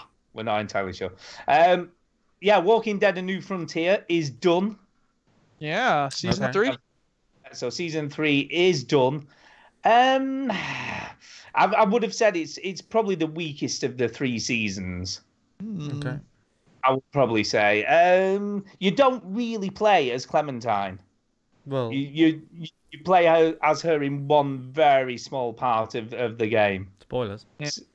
Yeah. Well, so you play as Javier or Javier. I just thought you played as him all the way through. Yeah, you do pretty much. You do play as her a little bit. Well, you but just told me only- that you don't, so you just spoiled it for me. Wow. So But yeah, it's Last of You Us, just- you you play just- as Elliot. you're just gonna gloss over the fact that you spoiled the game for me, Stu? You're gonna yeah. I'm just gonna gloss over that. But At the end of PUBG, somebody wins. a chicken dinner. a Yeah. chicken dinner. But apparently, there's about 6 or 7 endings to this. There's quite a lot of different endings to it. The ending I got, I was kind of happy with. I was like, yeah, that's all right. That's ended in a way that I feel sort of okay about. So I wasn't too fussed about what happened at the end of my game. And I get the impression that Clementine will be back. I Okay. think in Spoilers. Yeah. in the next, she Tell us doesn't die. that, Spoiler, Geez. she doesn't die.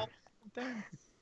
Yeah, in a new game where I think she will. Why be the- can't the- you just the not playable spoil a character. game, Stu? How's that spoiling it? It's Because not even she could have died. as if Clementine. You know they're not going to kill Clementine off. You're going to kill It's Clementine. the third series. It's a new frontier. They could have fucked her off. They're not doing it that. I mean, Yeah. maybe next time, but Yeah, it's spoiler. She doesn't die anyway. So there She you should die. go. She doesn't die. just Clementine. I don't know. I just don't feel it's as well written as the other two. Really, I feel like you really have to suspend your disbelief at some of the stuff that's happening on screen, and I think what made the first two Walking Dead games really good were that the writing was believable and plausible. You know, you never felt that would never happen, or you know that wouldn't happen in that way. Whereas as on quite a lot of occasions, I felt that wouldn't happen like that. I don't think those people would react in that way if that was happening. And I think that kind of took me out of it a little bit, and I was a bit disappointed in the way that came across.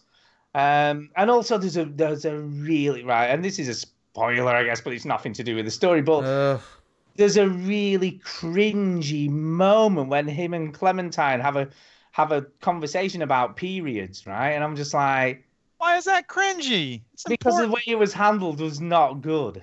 Oh, it wasn't really well handled But is that because the character didn't handle it well, or because they didn't write it well? Because there's an important difference. I didn't feel like it was written very well at all. Well, you think Alan Wake is written well, so I don't know if I trust your judgment on writing. Well, I don't know. You'd have to play it for yourself and obviously play through that part of the game to decide. By next week. Oh wait, no, I'm not. No, you won't be. But I thought it was okay. Strange by next week though. Yeah, it was okay, but not great. You know, it was okay. And I don't, there's not a lot else I can say about it without spoiling it, so I'm not going to say much more than that. Without giving a 17th spoiler. So I've not given any spoilers. Lara Croft and the Guardian of Light is the only other thing that Chinny and I got back into this week. Yeah, boy. Yeah, boy. So we're not far off the end, are we? We don't think. No, we got one more session on it, and then I think we're good. So hopefully we'll get in this week at some point. So yeah. Usually on a Wednesday and a Thursday, isn't it? Wednesday or Thursday, we'll try and get that in and get that thing boxed off. Yeah, get that ticked off. But yeah, it's good. I'm pleasantly surprised as we're playing through it. I must admit, it's got way more variation than I thought it would have. So, yeah, I've been enjoying it. I'm learning a lot about you. I bet you are. Playing this game. I didn't. First of all, I'm shocked at how sort of obsessive Stu gets about collecting everything. I do. Because there's these red skulls in the game, and they're sort of tucked away sometimes, and I'm just like, whatever. Let's just get this fucking game done. And Stu's like, no, red skull, red skull, red skull. And you can't proceed without your partner. He can't. No, and he can't. No, you can't. Let it go. He has to do it. No, it's not like if you gave me a game with a gazillion collectibles in it, I would collect them as I came across them, but I wouldn't make a point of collecting them. I think this game, because the way that they have the collectibles is they put them in inaccessible locations. Yeah, they're never too difficult to solve, are they?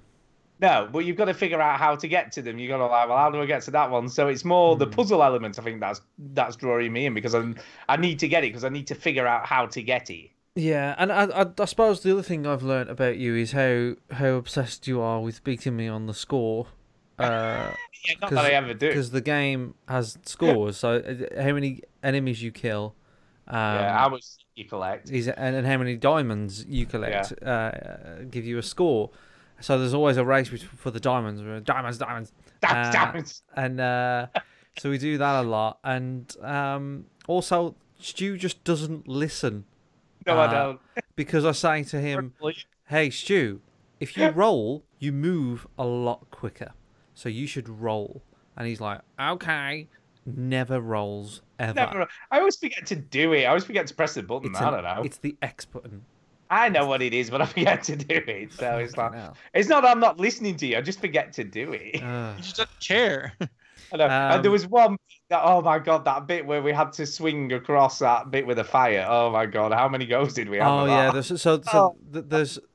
what with this game is you play as two characters. One is Lara Croft, so I'm playing as Lara Croft, and Stu's playing as Totek, which is a character just from this game, and Totek is some sort of, I don't know, he has a spear and that's about it, really. And he can use guns and stuff. But Totek can throw a spear into a wall, and I can stand on it, but he can't stand on it.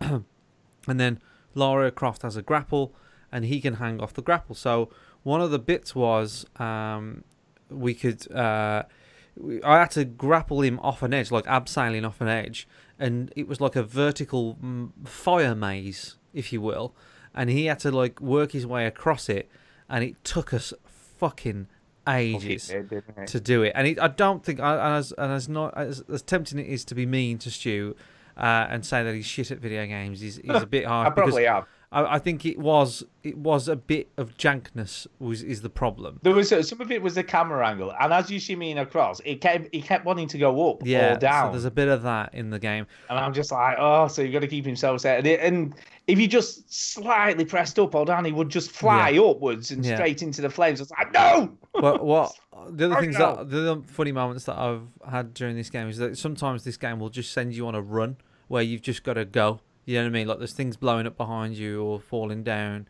Or something chasing you. And yeah, something chasing, like a big fish or whatever. And you've just got to run. And Stu, at one of them, just absolutely like fell apart, died on every occasion. And I was the only one at the end. And yeah, and that was fun. And I would think that if you have to run from a fish, that wouldn't be very difficult, because if you're running, it means there's no water around. It's quite a large fish. Fish can't do very well on land. And I'll tell you what this game reminds me of a lot is when me and Duke played Portal 2 together, because there are puzzles in the game, and it's always really interesting playing with somebody else because you've got a different brain, and like sometimes I'll just figure it out, like I won't even think about it, and Stu goes, oh, like, and the same works the other way as well, like where Stu just says, oh, I'll do this. And I'm like, oh, what? Oh, yeah, right, okay, that makes sense. You know, and it's just... And then when we did come across one... Remember we came across one puzzle where there was a spiked... There's like spikes coming across. And we just couldn't get it. Like, we was racking our brains. And it reminded me of Portal 2, Duke, when we played it. And we was just like, oh, let's try this. And none of it was making any sense because... And we was like, we've got to be able to do it. You've got to be able to do it. And basically, it was a move that we hadn't done in the game for ages, which was cast the line out and get Duke's character to walk... Like, my character. Stu's character. Sorry, Stu's character to walk on the... to walk on the zip line and stuff. So... Yeah, and it was dead simple, but it was just because we hadn't used that for ages. Again, with Portal, it's usually you're overthinking it, and it's so there's a bit of that, and the next it's game, good, isn't it? It's great. Just shocked at how good it is. Yeah, it's about 7 years old now, and there's another game. They followed it up with another one. And I'd be keen to see if Duke would want to buy it, and then we could get all three because it's 4-player co-op. But I think you can play. Yeah, I've got that game as well, so I've got that. So it might be interesting after we play Gang Beasts, of course. And yes, I will buy it. Does not give me his £10 because he's going to have such a blast with it. Yeah. You're like one of these fake money.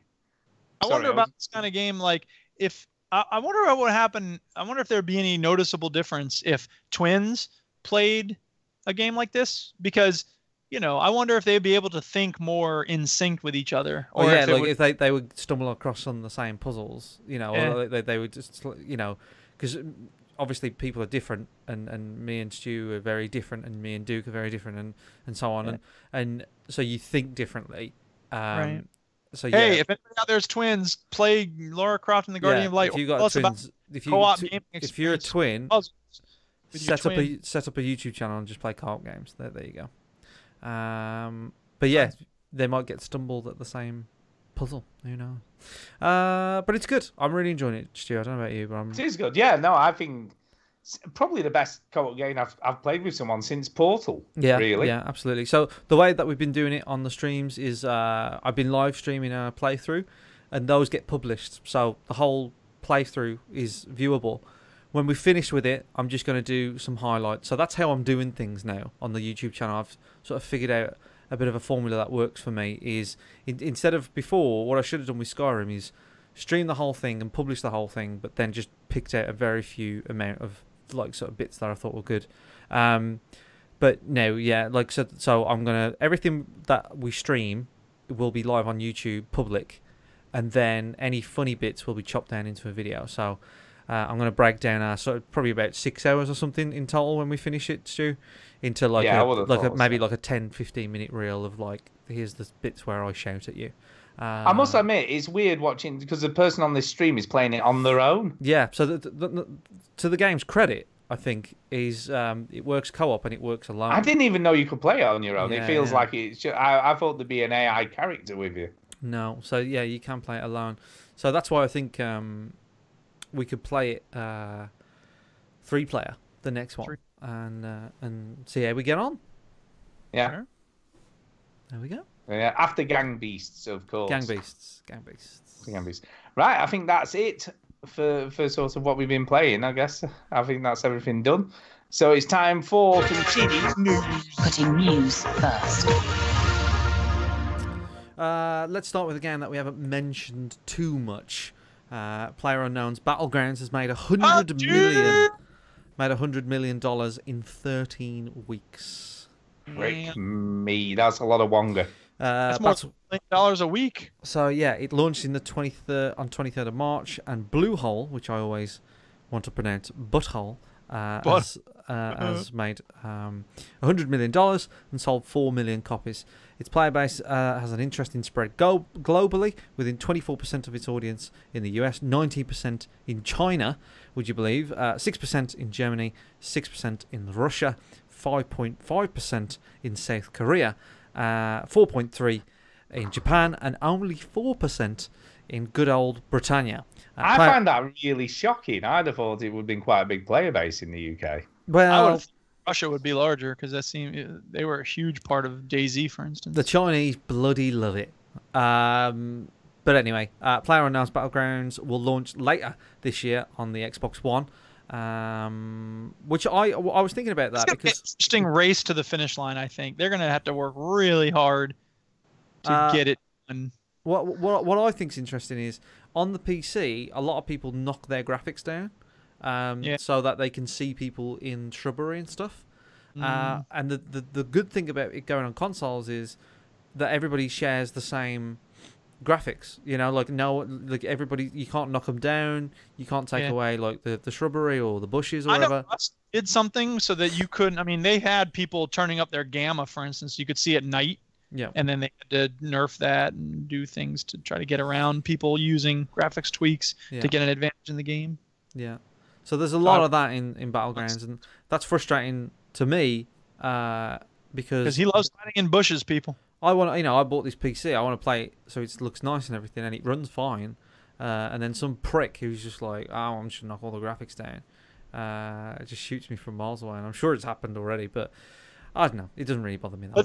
Then there was the time when you had like 7 other people, and we were all watching you, and then the dude just snuck up from behind you and killed you.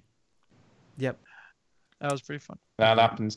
Just to mention as well, there has been rumours this week that this may be coming to PS4 as well at a later date. It's an Xbox One launch, Xbox One X launch exclusive. So that means it was. I really hated the way they worded it at E3 because it made it sound like it was only coming to the Xbox, which is bollocks. But apparently it is coming to PS4 as well. Rumor, it's still rumor, but it probably definitely. I think I'll get it for the Xbox One because I can play it with Marsh and Step J and things like that. There's a different group of people that are waiting for it to come to the console. So in other words, as soon as we get done playing a session with people on Steam and everyone's like, "All right, I gotta go to bed. I'm out of here," you could be like, "Ooh, I wonder if anyone's playing on the Xbox." Well, I own Minecraft on both things. I own Rocket League on both things. Like, you know, it doesn't really stop me from. I don't know. Sometimes I play Rocket League just solo on the Xbox because my Xbox is on, and I'm like, well, what should I play? And I just play some Rocket League, because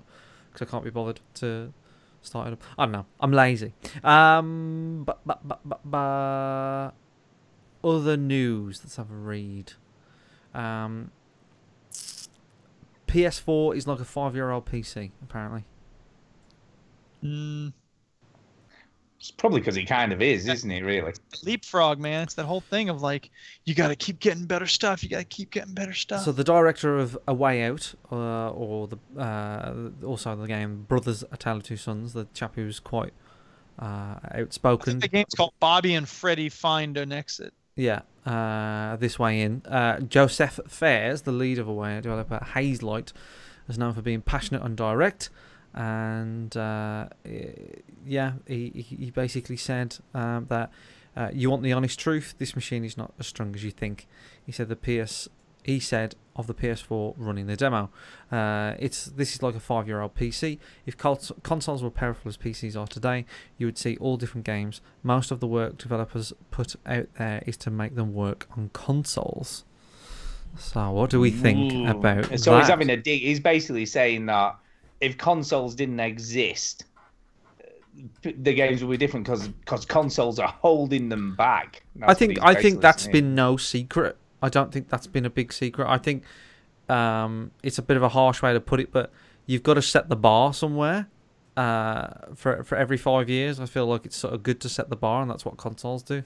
And I would also say that, you know what, I'm sorry, but having there be a standard and making developers work to meet that standard is fine. Because what we see on, again, I don't want to be a broken record, but what we see on the PC is that, the standard is constantly moving upward. So game developers make things for this constantly moving upward standard. And then the rest of us who don't want to upgrade our stuff every 6 months, and I am doing it, obviously, so I'm lying here, but, liar.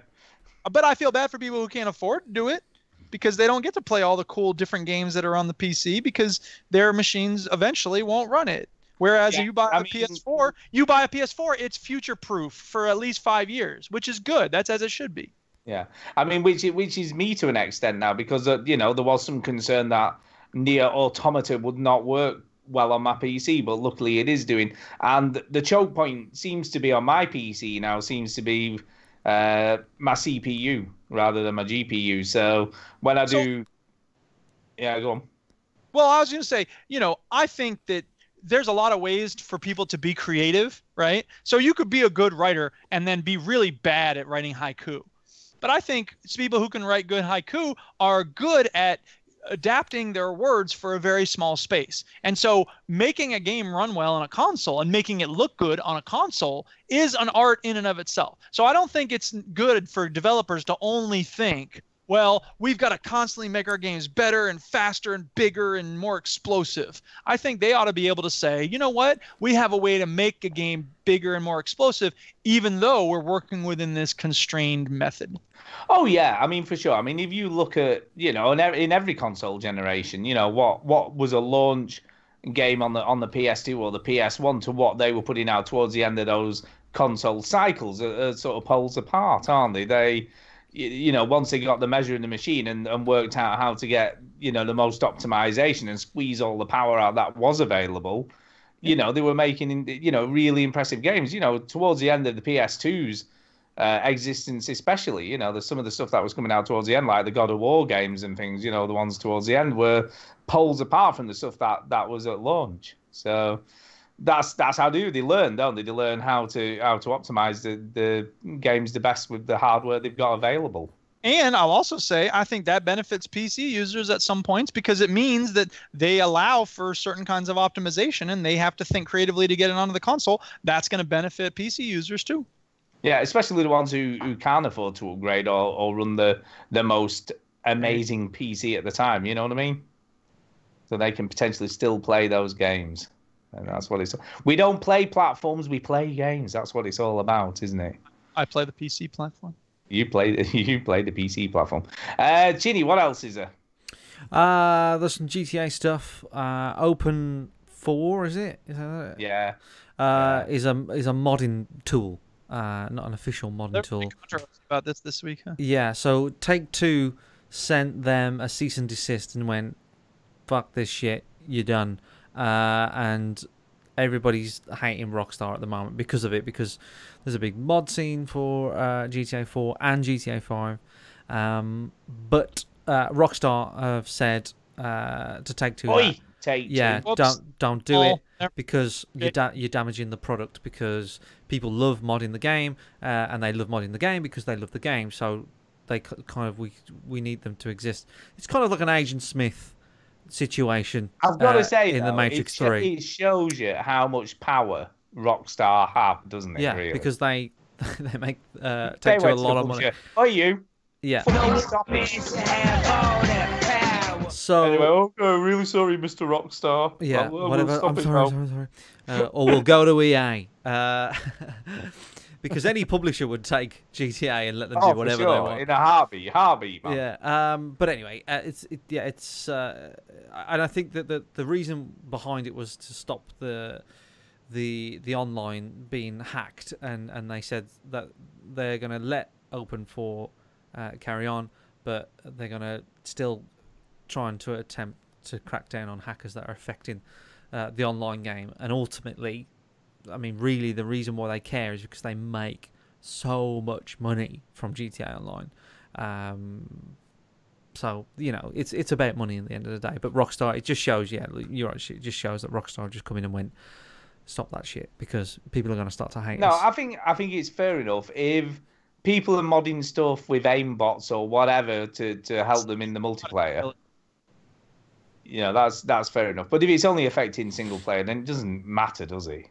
No, I mean, someone but putting a DeLorean in there or whatever. No, it well, is. there's online servers and there's online rooms where you know there's a server that you can go into, and there's a role playing servers. There's absolute batshit crazy servers. There's everybody's a pig server. There's like all sorts of stuff. I don't know.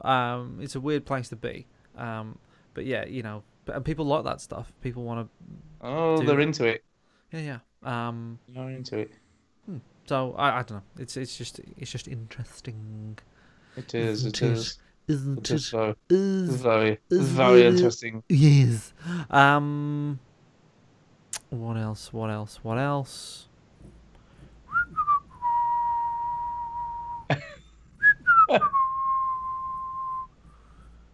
Okay.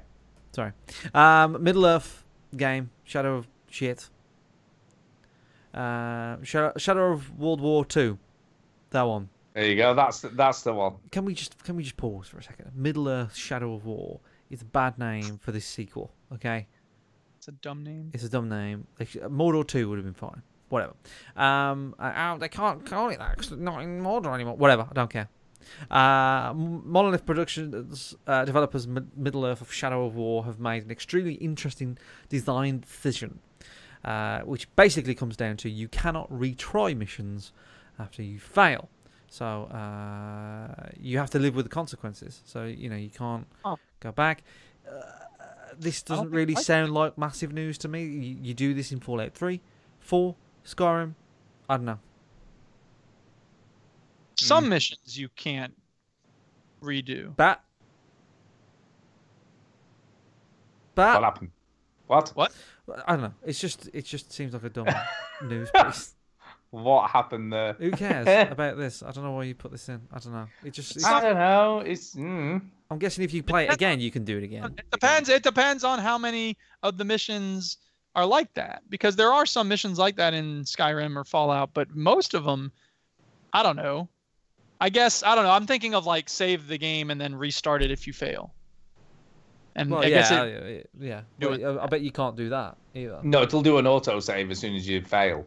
So there's no way to go back. Good.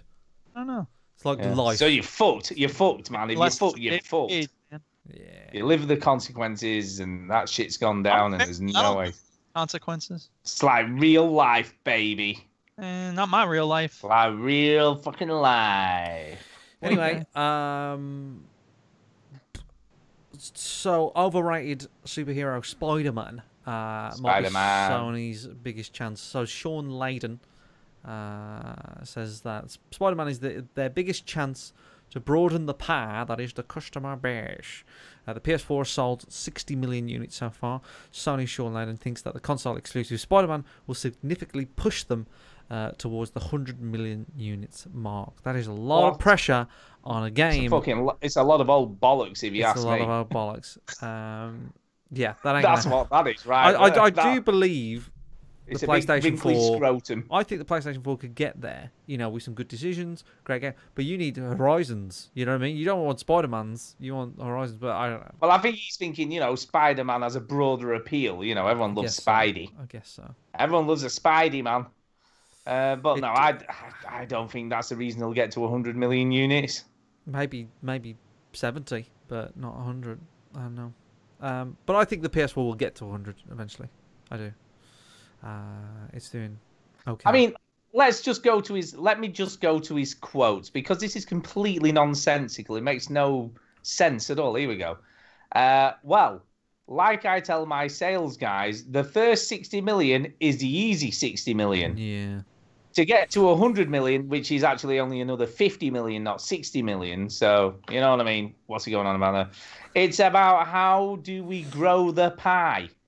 Who grows a pie, man? What the fuck is that? What does that even mean? It's what sort of meat and potato pie? What sort of pie is he talking? Is it? Is it apple pie? Is You it? go on the garden and you harvest the pie. Is it a toenail pie? I don't know. I mean, what the fuck is he talking about? This guy is an idiot. He is. And he's got short arms as well, like Phil Spencer. They've all got short arms. What Don't is pick happening? on Phil Spencer. He's a beautiful man. They've all got short arms. Yeah, I don't know. It's bollocks. That's what I. All that's right, what I think. Sweet. Okay. Well, A let's load just, of old balls. from that to this piece of gem news. Somebody did an investigation, a chap called Tim Rogers, about how many games at E3 have guns. All of them, nearly. And it turns out that no one gives a shit about Tim Rogers and this article. No, I'm only joking. It's a shit. It's true. It's true. Yeah. So I'll read it out. Cliffy B once described Cliffy. once described video game guns' profound appeal with this sentiment. Reach out and touch someone with your gun. Since the early 1990s, guns have been pretty much the telephone of choice for video game characters. They speak to their rivals with bangs, booms, and headshots. Now, however, What the fuck does that mean? The guns have been the telephone. It's a gun. It's not a telephone. What does that even mean?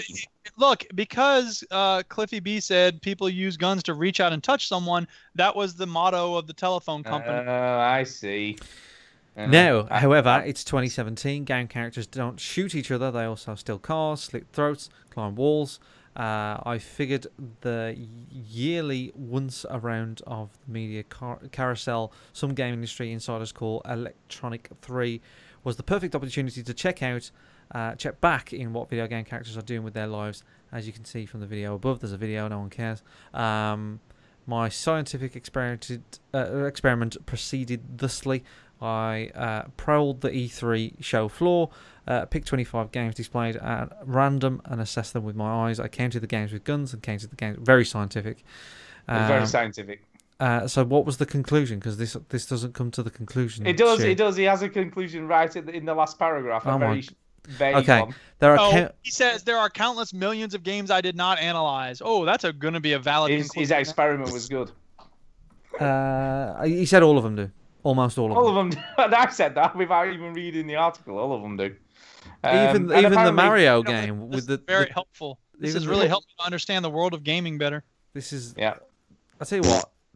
Can we name this episode? No, Shit can News? I just say? We just delete the news out of this. I don't remember. I could be wrong, but I don't remember seeing a gun in A Way Out.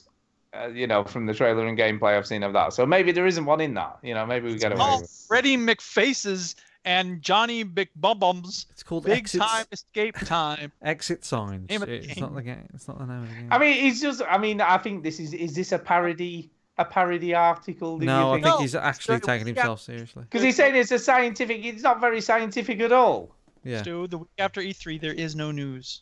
No, it is true. It is true. But we're still gonna force it. Yeah, don't blame me. Don't blame me, man. It's not my fault. Blame you. You put this in the show notes. Don't blame me. There is no news. You just said it yourself. Well, why do we have a news section then? I don't know, because we do news. People might be interested. Like the lottery do. It's just what we do. We just gotta do it, man. But anyway, fuck that shit. Games this year, then you're an idiot, and we don't want you listening to our show. Look, just fuck that shit right off, and let's do some fucking emails. Let's just do it. Yeah. Stop your moaning.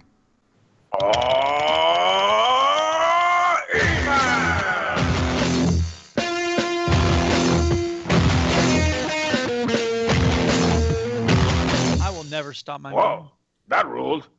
Okay, the first email tonight is off and I love the name of this person. I do.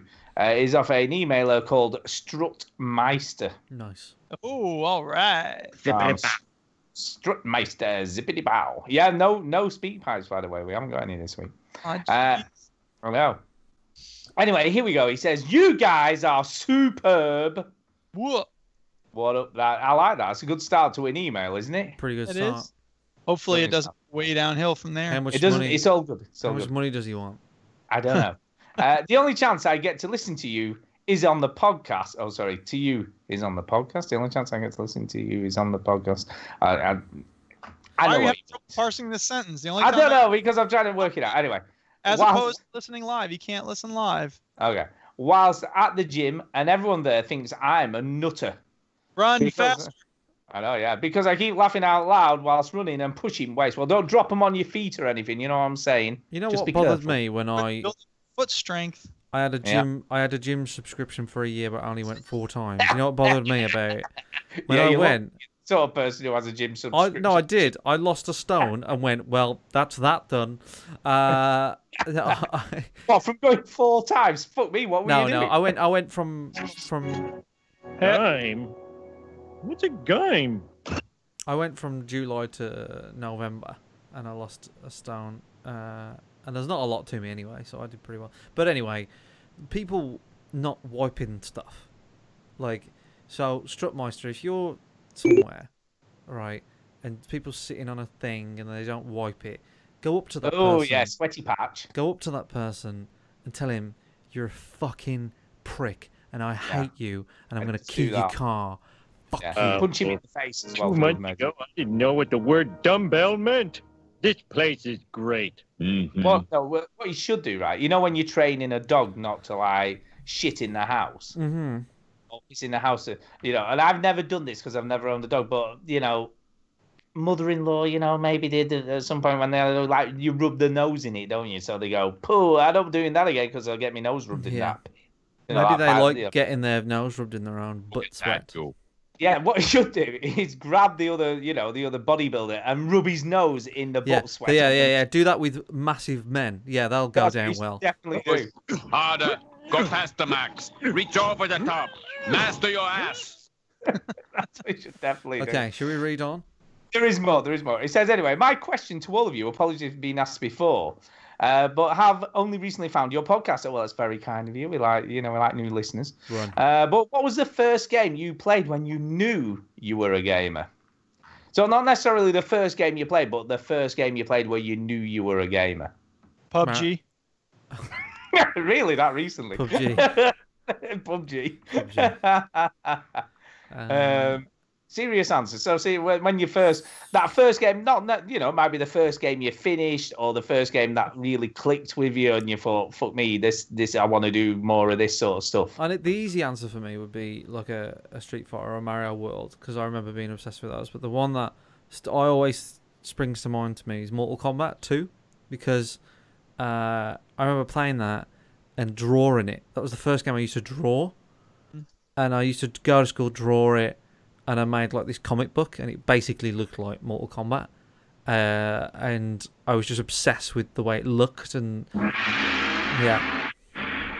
So I'd say Mortal Kombat 2. Mortal Kombat for you. 2. Duke.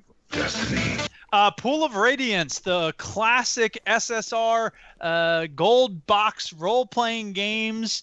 That was the business, and we were switching out the discs. And yeah, it was. You know, I'd played some smaller games, but that was the first kind of epic game that fused the fantasy element in Dungeons and Dragons and all that. And I really felt associated with my character, and yeah, it was great. There you go. I mean, for me, it's a bit weird because I played. Obviously, I had 3 brush. The what? Monkey Island. Go ahead. Well, that Monkey Island is one of those games, but for me, it's a bit weird because I obviously had a Spectrum 48K and I had a ZX81 prior to that. So since you're a new listener, I have to explain. Stu never has one answer to questions like this. Well, no, I'm going to explain, right? I'm going to explain. Oh, it has a story to go with it. But whilst owning, it's always boring as well. Shut up. Whilst owning both of those games, the Spectrum especially, I don't think I ever finished a game on the Spectrum. I don't think there was any game that I ever completed.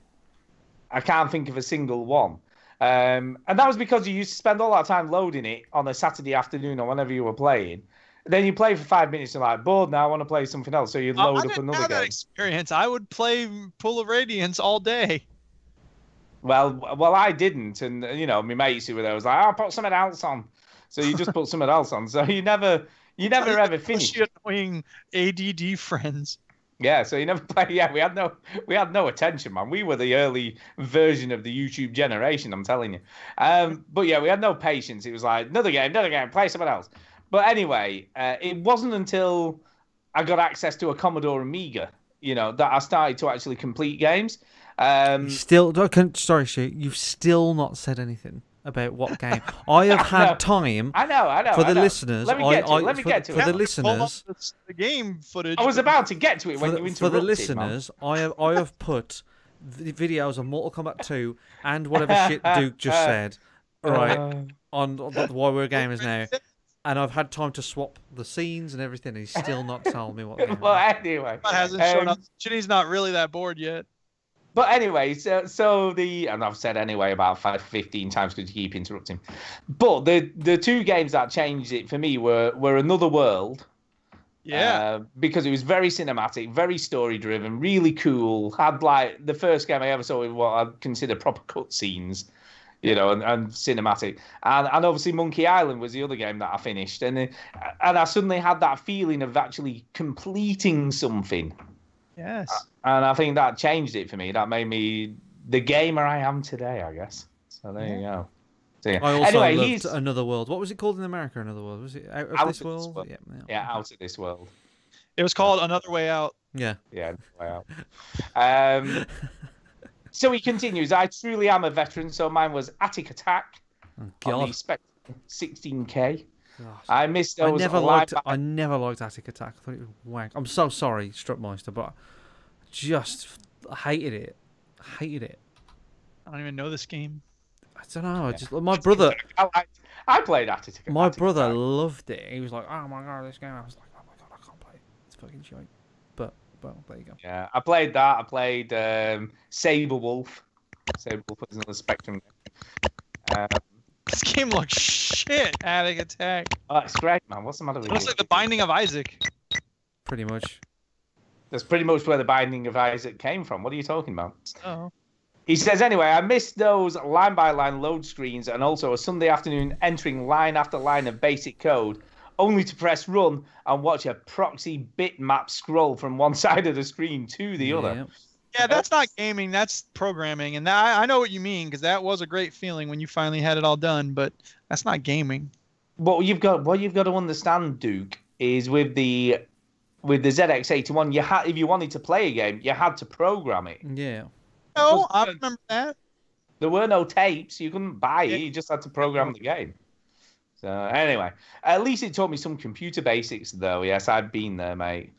And then it says, please paraphrase this message. It's a bit long-winded, but keep up the great work. We don't do that shit. We're gonna read what you write. So learn how to read better. God damn. More Will I Am, please. Balls on chinny chin. Piss myself laughing. Strutmeister, so there you go. We're also not a jukebox. Like, what are you going to keep sending us things to do? Fix my email, play that song, do whatever I tell you to do. We don't work that way. The people that never believed in me, all those enemies who said I don't have any talent or skill, well, I want to show them and all the young hustlers out there. You can do anything if you fight hard enough. You just gotta try. Don't let the haters stop you. Let the love shine through. Flying like jam from a donut or banging hard like a donkey in the zoo.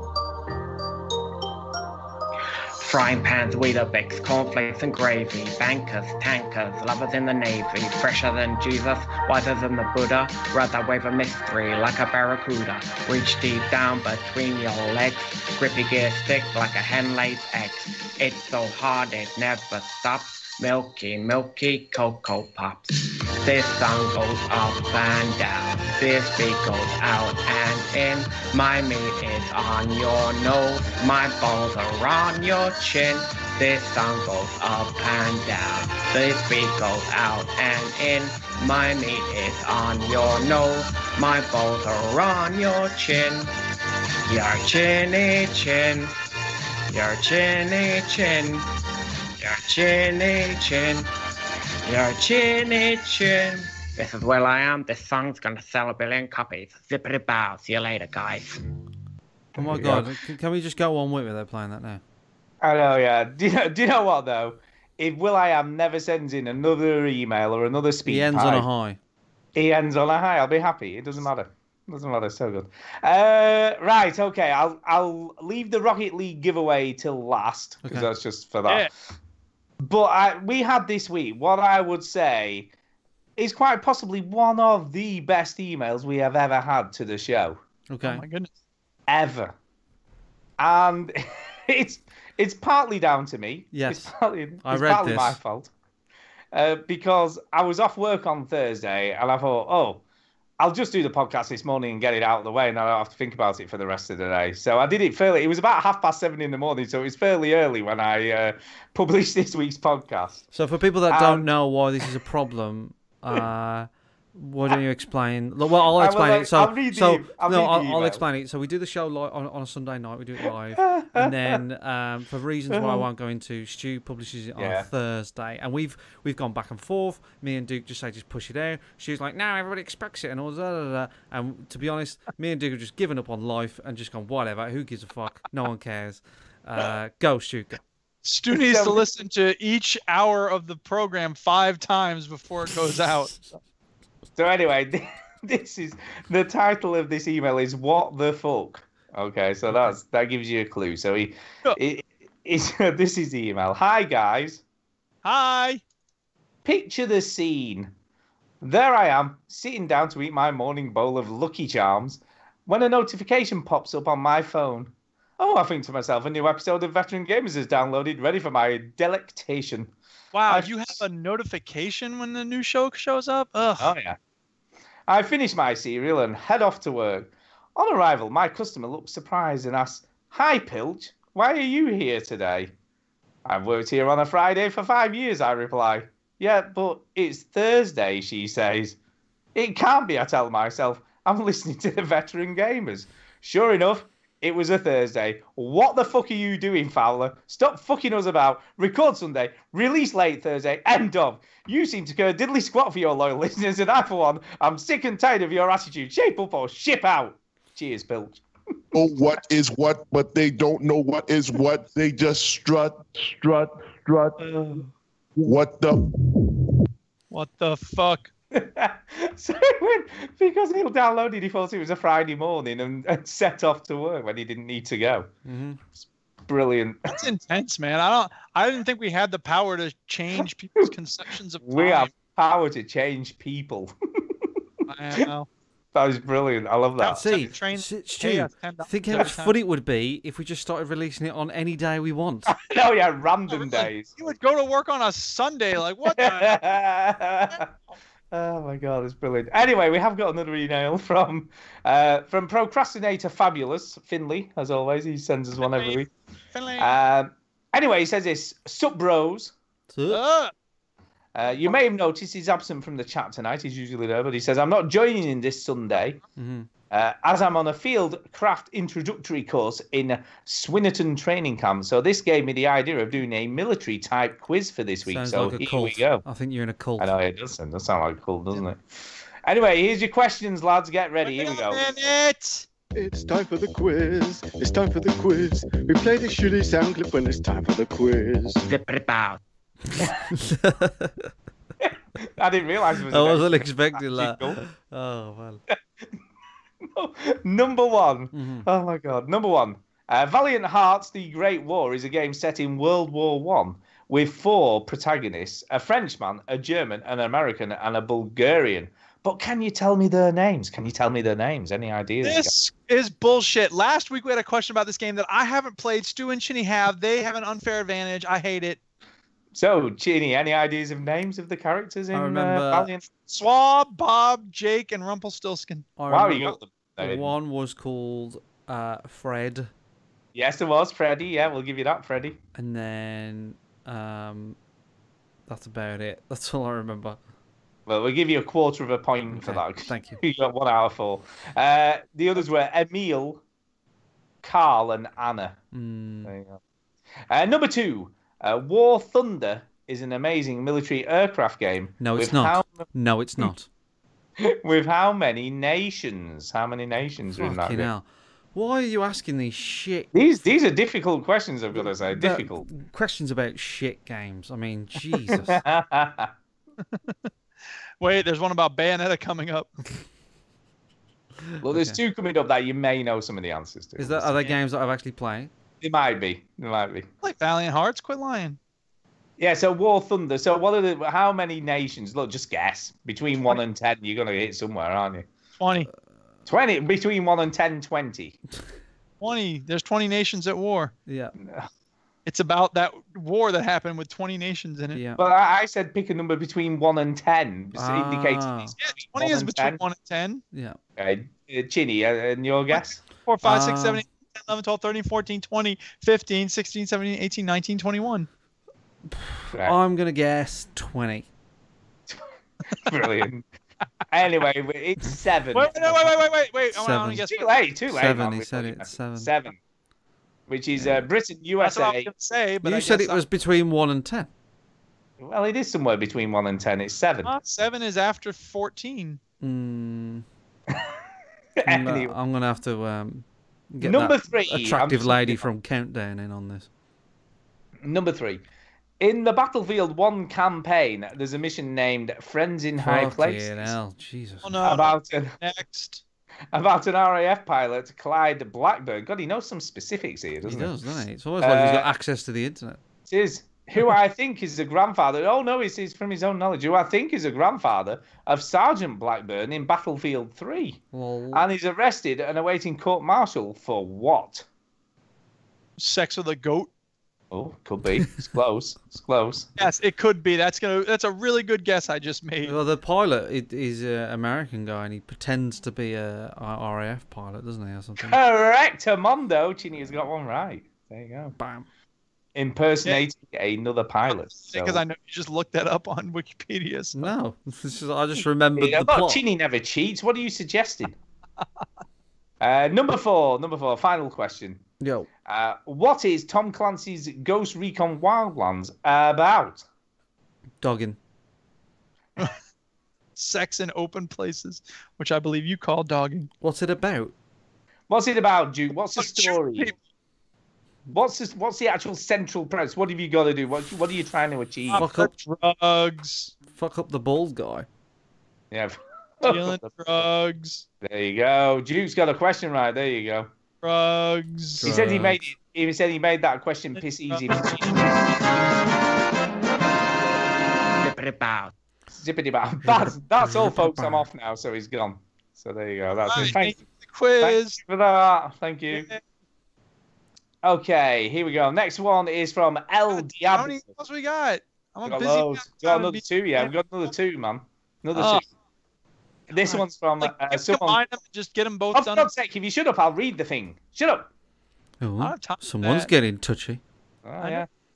This is from El Diablo, and he says... I'm with the phone here. I got a lot of stuff I got to get done. Someone doesn't listen. I know, yeah, exactly. So this is from someone called El Diablo, and he says this. Yo, how's it going, lads? Yeah, what's up, brah? Yo. Hopefully, judging by the time this email was sent, 1:20 a.m., you realise this is somewhat of a drunken email. Drunken emails, yeah, that's what I'm talking about. Outlaw country, woo! I tried to rate you on iTunes, but apparently Apple doesn't let Android users rate you guys. So I thought I'd do it here. Okay. It's not going to have the same impact. When people are like, hey, is this any good? We'll just show them your emails. This needs a serious tone now. Okay. Serious tone. This is by far the best podcast I have ever listened to. He's very drunk. I've listened to 3 different podcasts in my life. He's very drunk. If I could have rated it on iTunes, it would be 7 out of 5 stars already. I love you. I don't look. I know we're both men, and I'm not like gay or anything. Nothing wrong with being gay. All right, well I'm not. But I fucking love you, man. Honestly, I like to suck your dick. Excuse me. It's a bit forward. I know I've known you for 9 years, Duke. So you hate it when you say forward. Way like just 2 guys enjoying bodies. It's not gay. I'll have to take a shower first. You know what I mean? Do it in the shower. Then I you're know. I'll already take a there. shower afterwards as well. And during. I'm doing. Yeah, doing. Anyway, the chemistry between you guys on the show is unbelievable. So much so that when somebody isn't there and we're talking about you, Chinny, it is noticeable. It's true when Duke leaves as well. I know, it's true. And Stu, It is yeah, true. whenever one of us goes, it's not the same. Obviously, It isn't the same. Yeah, like for instance, just then I was taking a drink of some water, and you couldn't. It was totally different. It was. So when I die in 4 months from this steroid injection, it's going to be tragic. I love. Instead of Chinny, every time there's a pause in the conversation, we'll have to play this. Zip it about. We will. We will Where'd have to. Chinny go? Chinny died, and instead they have this one clip from Will I Am. They just keep playing it over and over again. Zip it about. Anyway, I love the sound bites. Okay. And everything about the show. He's definitely drunk. I've been going through a bit of a tough time at the moment. Okay. But listening to you guys on a Thursday morning walk to work, that's when the podcast is out, literally makes my week. So much so that I make sure I have it downloaded and ready to go before I leave the house. The crack between... I don't have an actual sensitive thing for someone going through. You know. The crack between you lads is great, and you literally make me want to play the likes of Persona 5. Oh my god. We have failed in our mission. I have succeeded. I feel honoured. I'm succeeded. Yes, I am a FIFA player, but can't help to laugh when you slag it off. It's got a story mode. That British. It's got a story mode now. I'm a hardcore. Oh my god. And I from constant constipation. Have you played it yet? What? Have you played it? What? FIFA? No, mate. No, I played it. It's good, man. You hit the ball and the menus have changed. Oh, they got nets on the net. They got like a slider on the like skill. You can tackle people now. It's like music's changed on the menus. Good.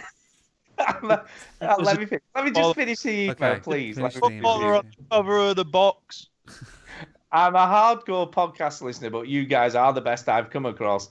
And just know that your show is appreciated from Ireland. You guys are the best. Don't change anything, El Diablo. So thank you very much for that. Thank you, El Diablo. Have you played this latest FIFA thing? This, that, and that. It's great. You put it in the box there with the X and that, and you put it in, and it goes drink. Welcome to FIFA. This time it's got Ronaldo on the cover, and and then you kick it and that. It's great. What I like about that is actually an Irishman being drunk. There you go. Very drunk. That is bongo. That is bongo. Very drunk. So thank you very much, El Diablo. Traffic and stereotypes. And look, do you know what though? On a more serious note, if we help people, get through tough times and shit's going down, keep your head up. Things yeah, they will. I mean, we've helped. Like Feng Chui helped. We helped him deliver a baby. You know, because when his wife was having the baby, he listened to us to take his mind off that shit. To be fair, that's not really helping deliver a baby. I put that on my. I helped to deliver a baby, man. The crown happens, then okay, you're helping deliver a baby. Duke. We're just talking bollocks. I've put delivered a baby on my LinkedIn profile. Yeah. I think you're lying on LinkedIn. I definitely have delivered a baby. My job title on LinkedIn is in charge of pens and pencils. I don't like LinkedIn. Is the outcome of that? It is. It's a bit shit, but I don't want to get all soppy and shit. But basically, you listen to this kind of stuff because, it's escapism, isn't it? It's all like it takes your mind off. It takes your mind off the stuff. Yeah. Stuff and the stuff and the shit with the shit. You know what I'm saying? So thank you, El Diablo. Deeply. He's gonna wake up in the morning, go, oh my god, what email did I send? I'm so I know, pissed. He is. I hope I didn't tell him to suck my dick. But no, so thank you very much. Do you know one of my favourite emails? Just going quickly back to the Pilch thing. Going to work when he didn't realise what the day was. Was we had one years and years ago where someone was laughing so much on a treadmill that they fell off and really hurt themselves. Yeah, that's true. Take out your socket and your socket! You know, we like to help people. There you go. Yeah. Final email. Injure themselves. We've got a lot of emails this week. We have. This one's from Derek Sands. Derek Sands. And he says, GTA MIA. GTA MIA, he says. Hello, veteran gamers. Hi. There you go. Sorry about the delay there. They've still not got this after all these years. After hearing Chinny say on last week's show that he would buy GTA 6 without reading any reviews, True. I would only ask one question. Will there ever be a GTA 6? Yes. The GTA 5 juggernaut seems to be rolling along as strongly as ever, years after its original release.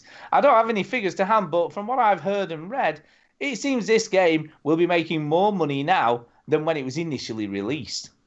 The game has been tweaked, polished, expanded, and as far as current gen consoles are concerned, been graphically overhauled to a point where it's probably the most expansive, beautifully realised real-world setting ever created by video game developers. Add in the almost endless possibilities for DLC and online game modes, and Rockstar must surely be thinking, why spend hundreds of millions on a new game when we can expand and update GTA 5 for many years to come indefinitely? My biggest concern, if there is to be a GTA 6, that it will be online only. So, veteran gamers, if GTA 6 does happen, what can Rockstar possibly do to top GTA 5? Bigger. No. Bigger. No, yeah. More explosions. More In tennis, you can also play squash. I think there will be. I get what he's saying. I understand what Derek's saying, and I get that. It's a good question. I must admit. And I think that there is a depreciation with these things. GTA Online will depreciate. It will start to look its age. It is a beast, and it is probably one of the most popular games in the world. Right? Like it's up there, isn't it? With the World of Warcraft, it's just a money-making machine. But it will depreciate. World of Warcraft depreciated, and it will go down, and they'll do a GTA 6. I think a Miami, setting for GTA 6 would be good. Do you think they even started the GTA 6, or even in early stages? I think they probably started GTA 6 when they finished GTA 5. They guaranteed that they had like concepts or ideas or a meeting about GTA 6 when they did the remaster of GTA 5, probably. I don't know. I think Derek's got a point. I think he's got a point. Do you think they'll ever do a GTA game outside the United States? No. I don't think what GTA is about is going outside the States. I think it's so ingrained in American culture these days. Back in the day, I know they did a London expansion for GTA 1 and all that sort of bollocks, but what GTA is today is about a parody of America. Right. And I just don't see it going out. What about a Russian GTA? Again, that would be outside the US. That would be outside the US. No, but I'm just saying though, if you're going to do something outside the US, because Russia, they could take the piss out of Russia though, couldn't they? No, I don't think they want to though. I think they it's too easy to take the piss out. When GTA 4 came out, it was 2008. Facebook hadn't really become as popular as it was. Social media wasn't as much of a thing as it was. So GTA 5 comes out and they've got lots to say about it. And again, that in 2-3 years' time, 4 years' time, whatever it is, they'll have a lot to say about what's going on in the world. So I do believe there'll be a GTA 6. They've been working on it. It'll come out when it's ready. It's going to be a long way off. But yeah, I do believe it will happen. Here's the question that's going to melt your brains. You ready? Which is going to come out first, GTA 6 or The Elder Scrolls 6? Ooh, that's a good question. The Elder Scrolls will come out. I reckon. I think Elder Scrolls. I'd imagine Elder Scrolls would be next year. I think, right, if I'm being really honest, I don't think we'll see GTA 6 for another 4 or 5 years. I wouldn't be surprised if it was 2020, to be honest. Yeah. I don't think we'll see one for quite a long time yet. So. Anyway, he ends the email detoxing from the E3 overload, and Derek. So thank you very much for that, Derek. Thanks, Derek. So coming back to the Rocket League giveaway, we have one entry at the moment, which is Pilch Reed himself. And I think, I know you said you keep it open until next week, but look, we made him next week. Come on, we made him go to work a day early. I don't want to hear that shit. That doesn't get him anything. I mean, we should just give him the game for that. Should give him the game just for that, just for going today, to work a day. Calendar. I'm supposed to make my free game just because he doesn't know how to read a calendar. So anyway, this is his answer to your question. He says, "Hi guys. Hi. I would love to play Rocket League with Duke on Steam. So I was gonna play with you. I said I'd give you the game. I'm entering the competition. Here are my replies. Answer 1. Fuck you, loser. Answer 2. Really detoxifying the world. Go on. Answer 2. Drop dead, retard. That's kind of meeting toxic with toxic. got the nature of this challenge. This is the pinnacle. Answer 3. Suck my dick, cunt. I'm looking. Has he won, Duke? Well, so far he's the top entry. Yes. Looking forward to pairing up with Duke and kicking ass. Cheers, Pilch. Hashtag Team Duke. So, Duke, those very PC correct answers there, I reckon, will float your boat, did he not? Yeah. Well, I'm not looking for PC answers. I'm looking for people who not toxic. No, you don't have to be toxic. Yeah, I don't know. I think. Are you okay, Stu? I don't know. That's good. I think his answers are great. That's all I'm saying. If you really do want the game, Pilch, you better hope nobody else enters, because if you don't, you win. I think that Pilch is gonna win, and he'll be on Team Duke. Pilch just said, "Winner, winner, chicken dinner." Chicken dinner. I think for sure. I do. Yeah, I think that's definitely it. We'll let you know. Well, that's it for emails tonight. So we'll do some shout outs and get the hell out of here. It's time for a shout out. Hey! So Duke, over to you first. Yes, I will shout out Richard Webster for being on the Didactic Syncast and for helping me so much when I was putting my computer together. I will shout out the Duchess because she's awesome and very patient when I'm being grumpy about computer stuff. I will shout out JP Snake, because he's the one who gave me Old Man's Journey. It's a good thing I wrote that down here. And I will shout out everyone listening, and Pilch Reed for entering my contest. And I will shout out Chinny and everybody who's been playing PUBG, Marcanix and Kev and Sean, and Hardly Dan got it, didn't he? Yep. And yeah, and I'll shout out Cole, because he is a former student of mine, and I saw him this weekend, and he was like, "What's the video game podcast you do?" And I'm like, "Well, I'll send you a link." And I forgot to send him a link for the live show, but I will send him one for this episode. I let him know that we shouted him out at the end. There you go. Yeah, Chinny, over to you. I want to shout out Tuscan, because he rightly pointed out that PlayerUnknown's Battlegrounds will be launched at the same time together, so it'll be in preview this year on the Xbox One X and all the other Xbox Ones, but when it's fully launched, it will launch simultaneously on the Xbox and the PS4. Shout out to all the Battlegrounds crew. What up? Everybody that's been playing Battlegrounds. It's been some of the best gaming I've had for a long time, so much love. And Stu, also, me and you playing Lara Croft. It's good fun. We did. We had fun. We had some good fun, didn't we? Somebody asked in the chat when I was playing Battlegrounds, Stu, would Stu ever get Battlegrounds? Probably not. That's what I said. Yeah, probably not. I don't think it's my kind of thing. That's what I thought. Yeah, it is true. I'm going to shout out Turtle502 off the Twitter sphere, because he said on Twitter, somewhere somebody is sure to be offended by the short arm jokes on that Veteran Gamers UK. It's possible, I guess. If Phil Spencer ever listens to that episode, I will personally apologise to him. He's not the only one with short arms in the world, though, man. It could be other people. Because that Sean guy, he's got short arms too, I'm sure. A little bit short, you know. So yeah, so shout out him, and I'll also shout out Greg DeLacy. DeLacy. Oh, also was playing Battlegrounds. Yeah.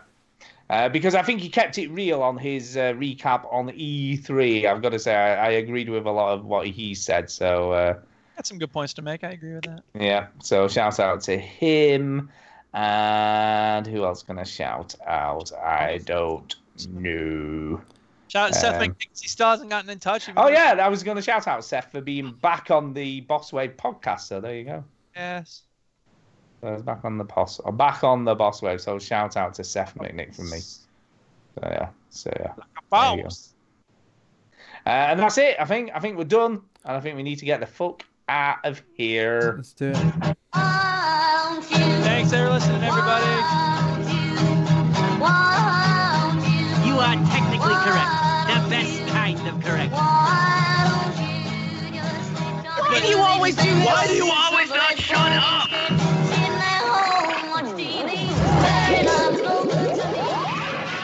On your way to a dick meeting.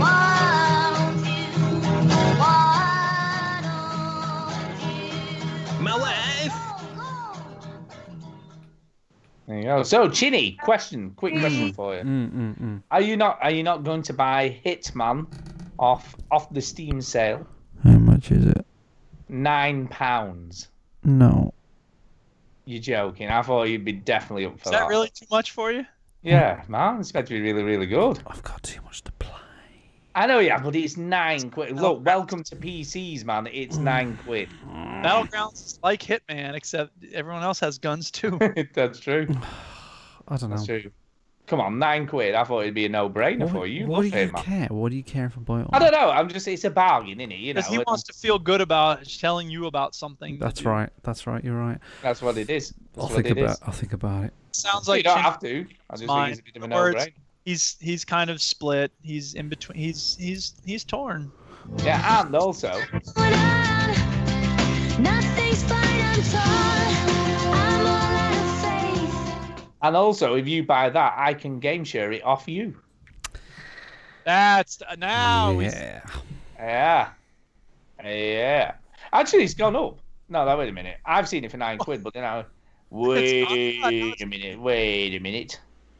I definitely saw it for £9, but now it says it's $15.89 from like 10 years ago. No, it's Hitman the complete first season.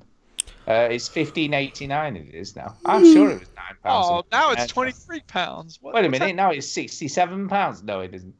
Yeah, 15. What is it? Because we would have really believed you. It's £15. Yeah, £15 is slightly more expensive than I thought it was. £15. Still cheap though, I guess. Still cheap. For how many hours? Oh, there's a lot of hours in that. A lot of hours. It's a lot of game. It's a lot of game for that, and apparently it's amazing. Chinny Stu, the satisfaction of helping guiding you to a game. I know. Yeah, but he'll not buy it just on that principle. Probably. But there is some good bargains to be had.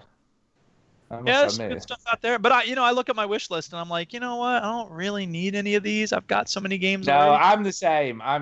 I mean, I do want to play Thimbleweed Park, so I probably will buy that. You've just got to be strong, man. I know. I'm trying to be. I've only bought 2 so far, so I have been pretty good.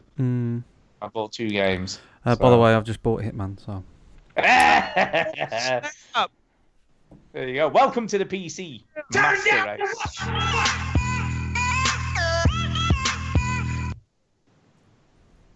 There you go.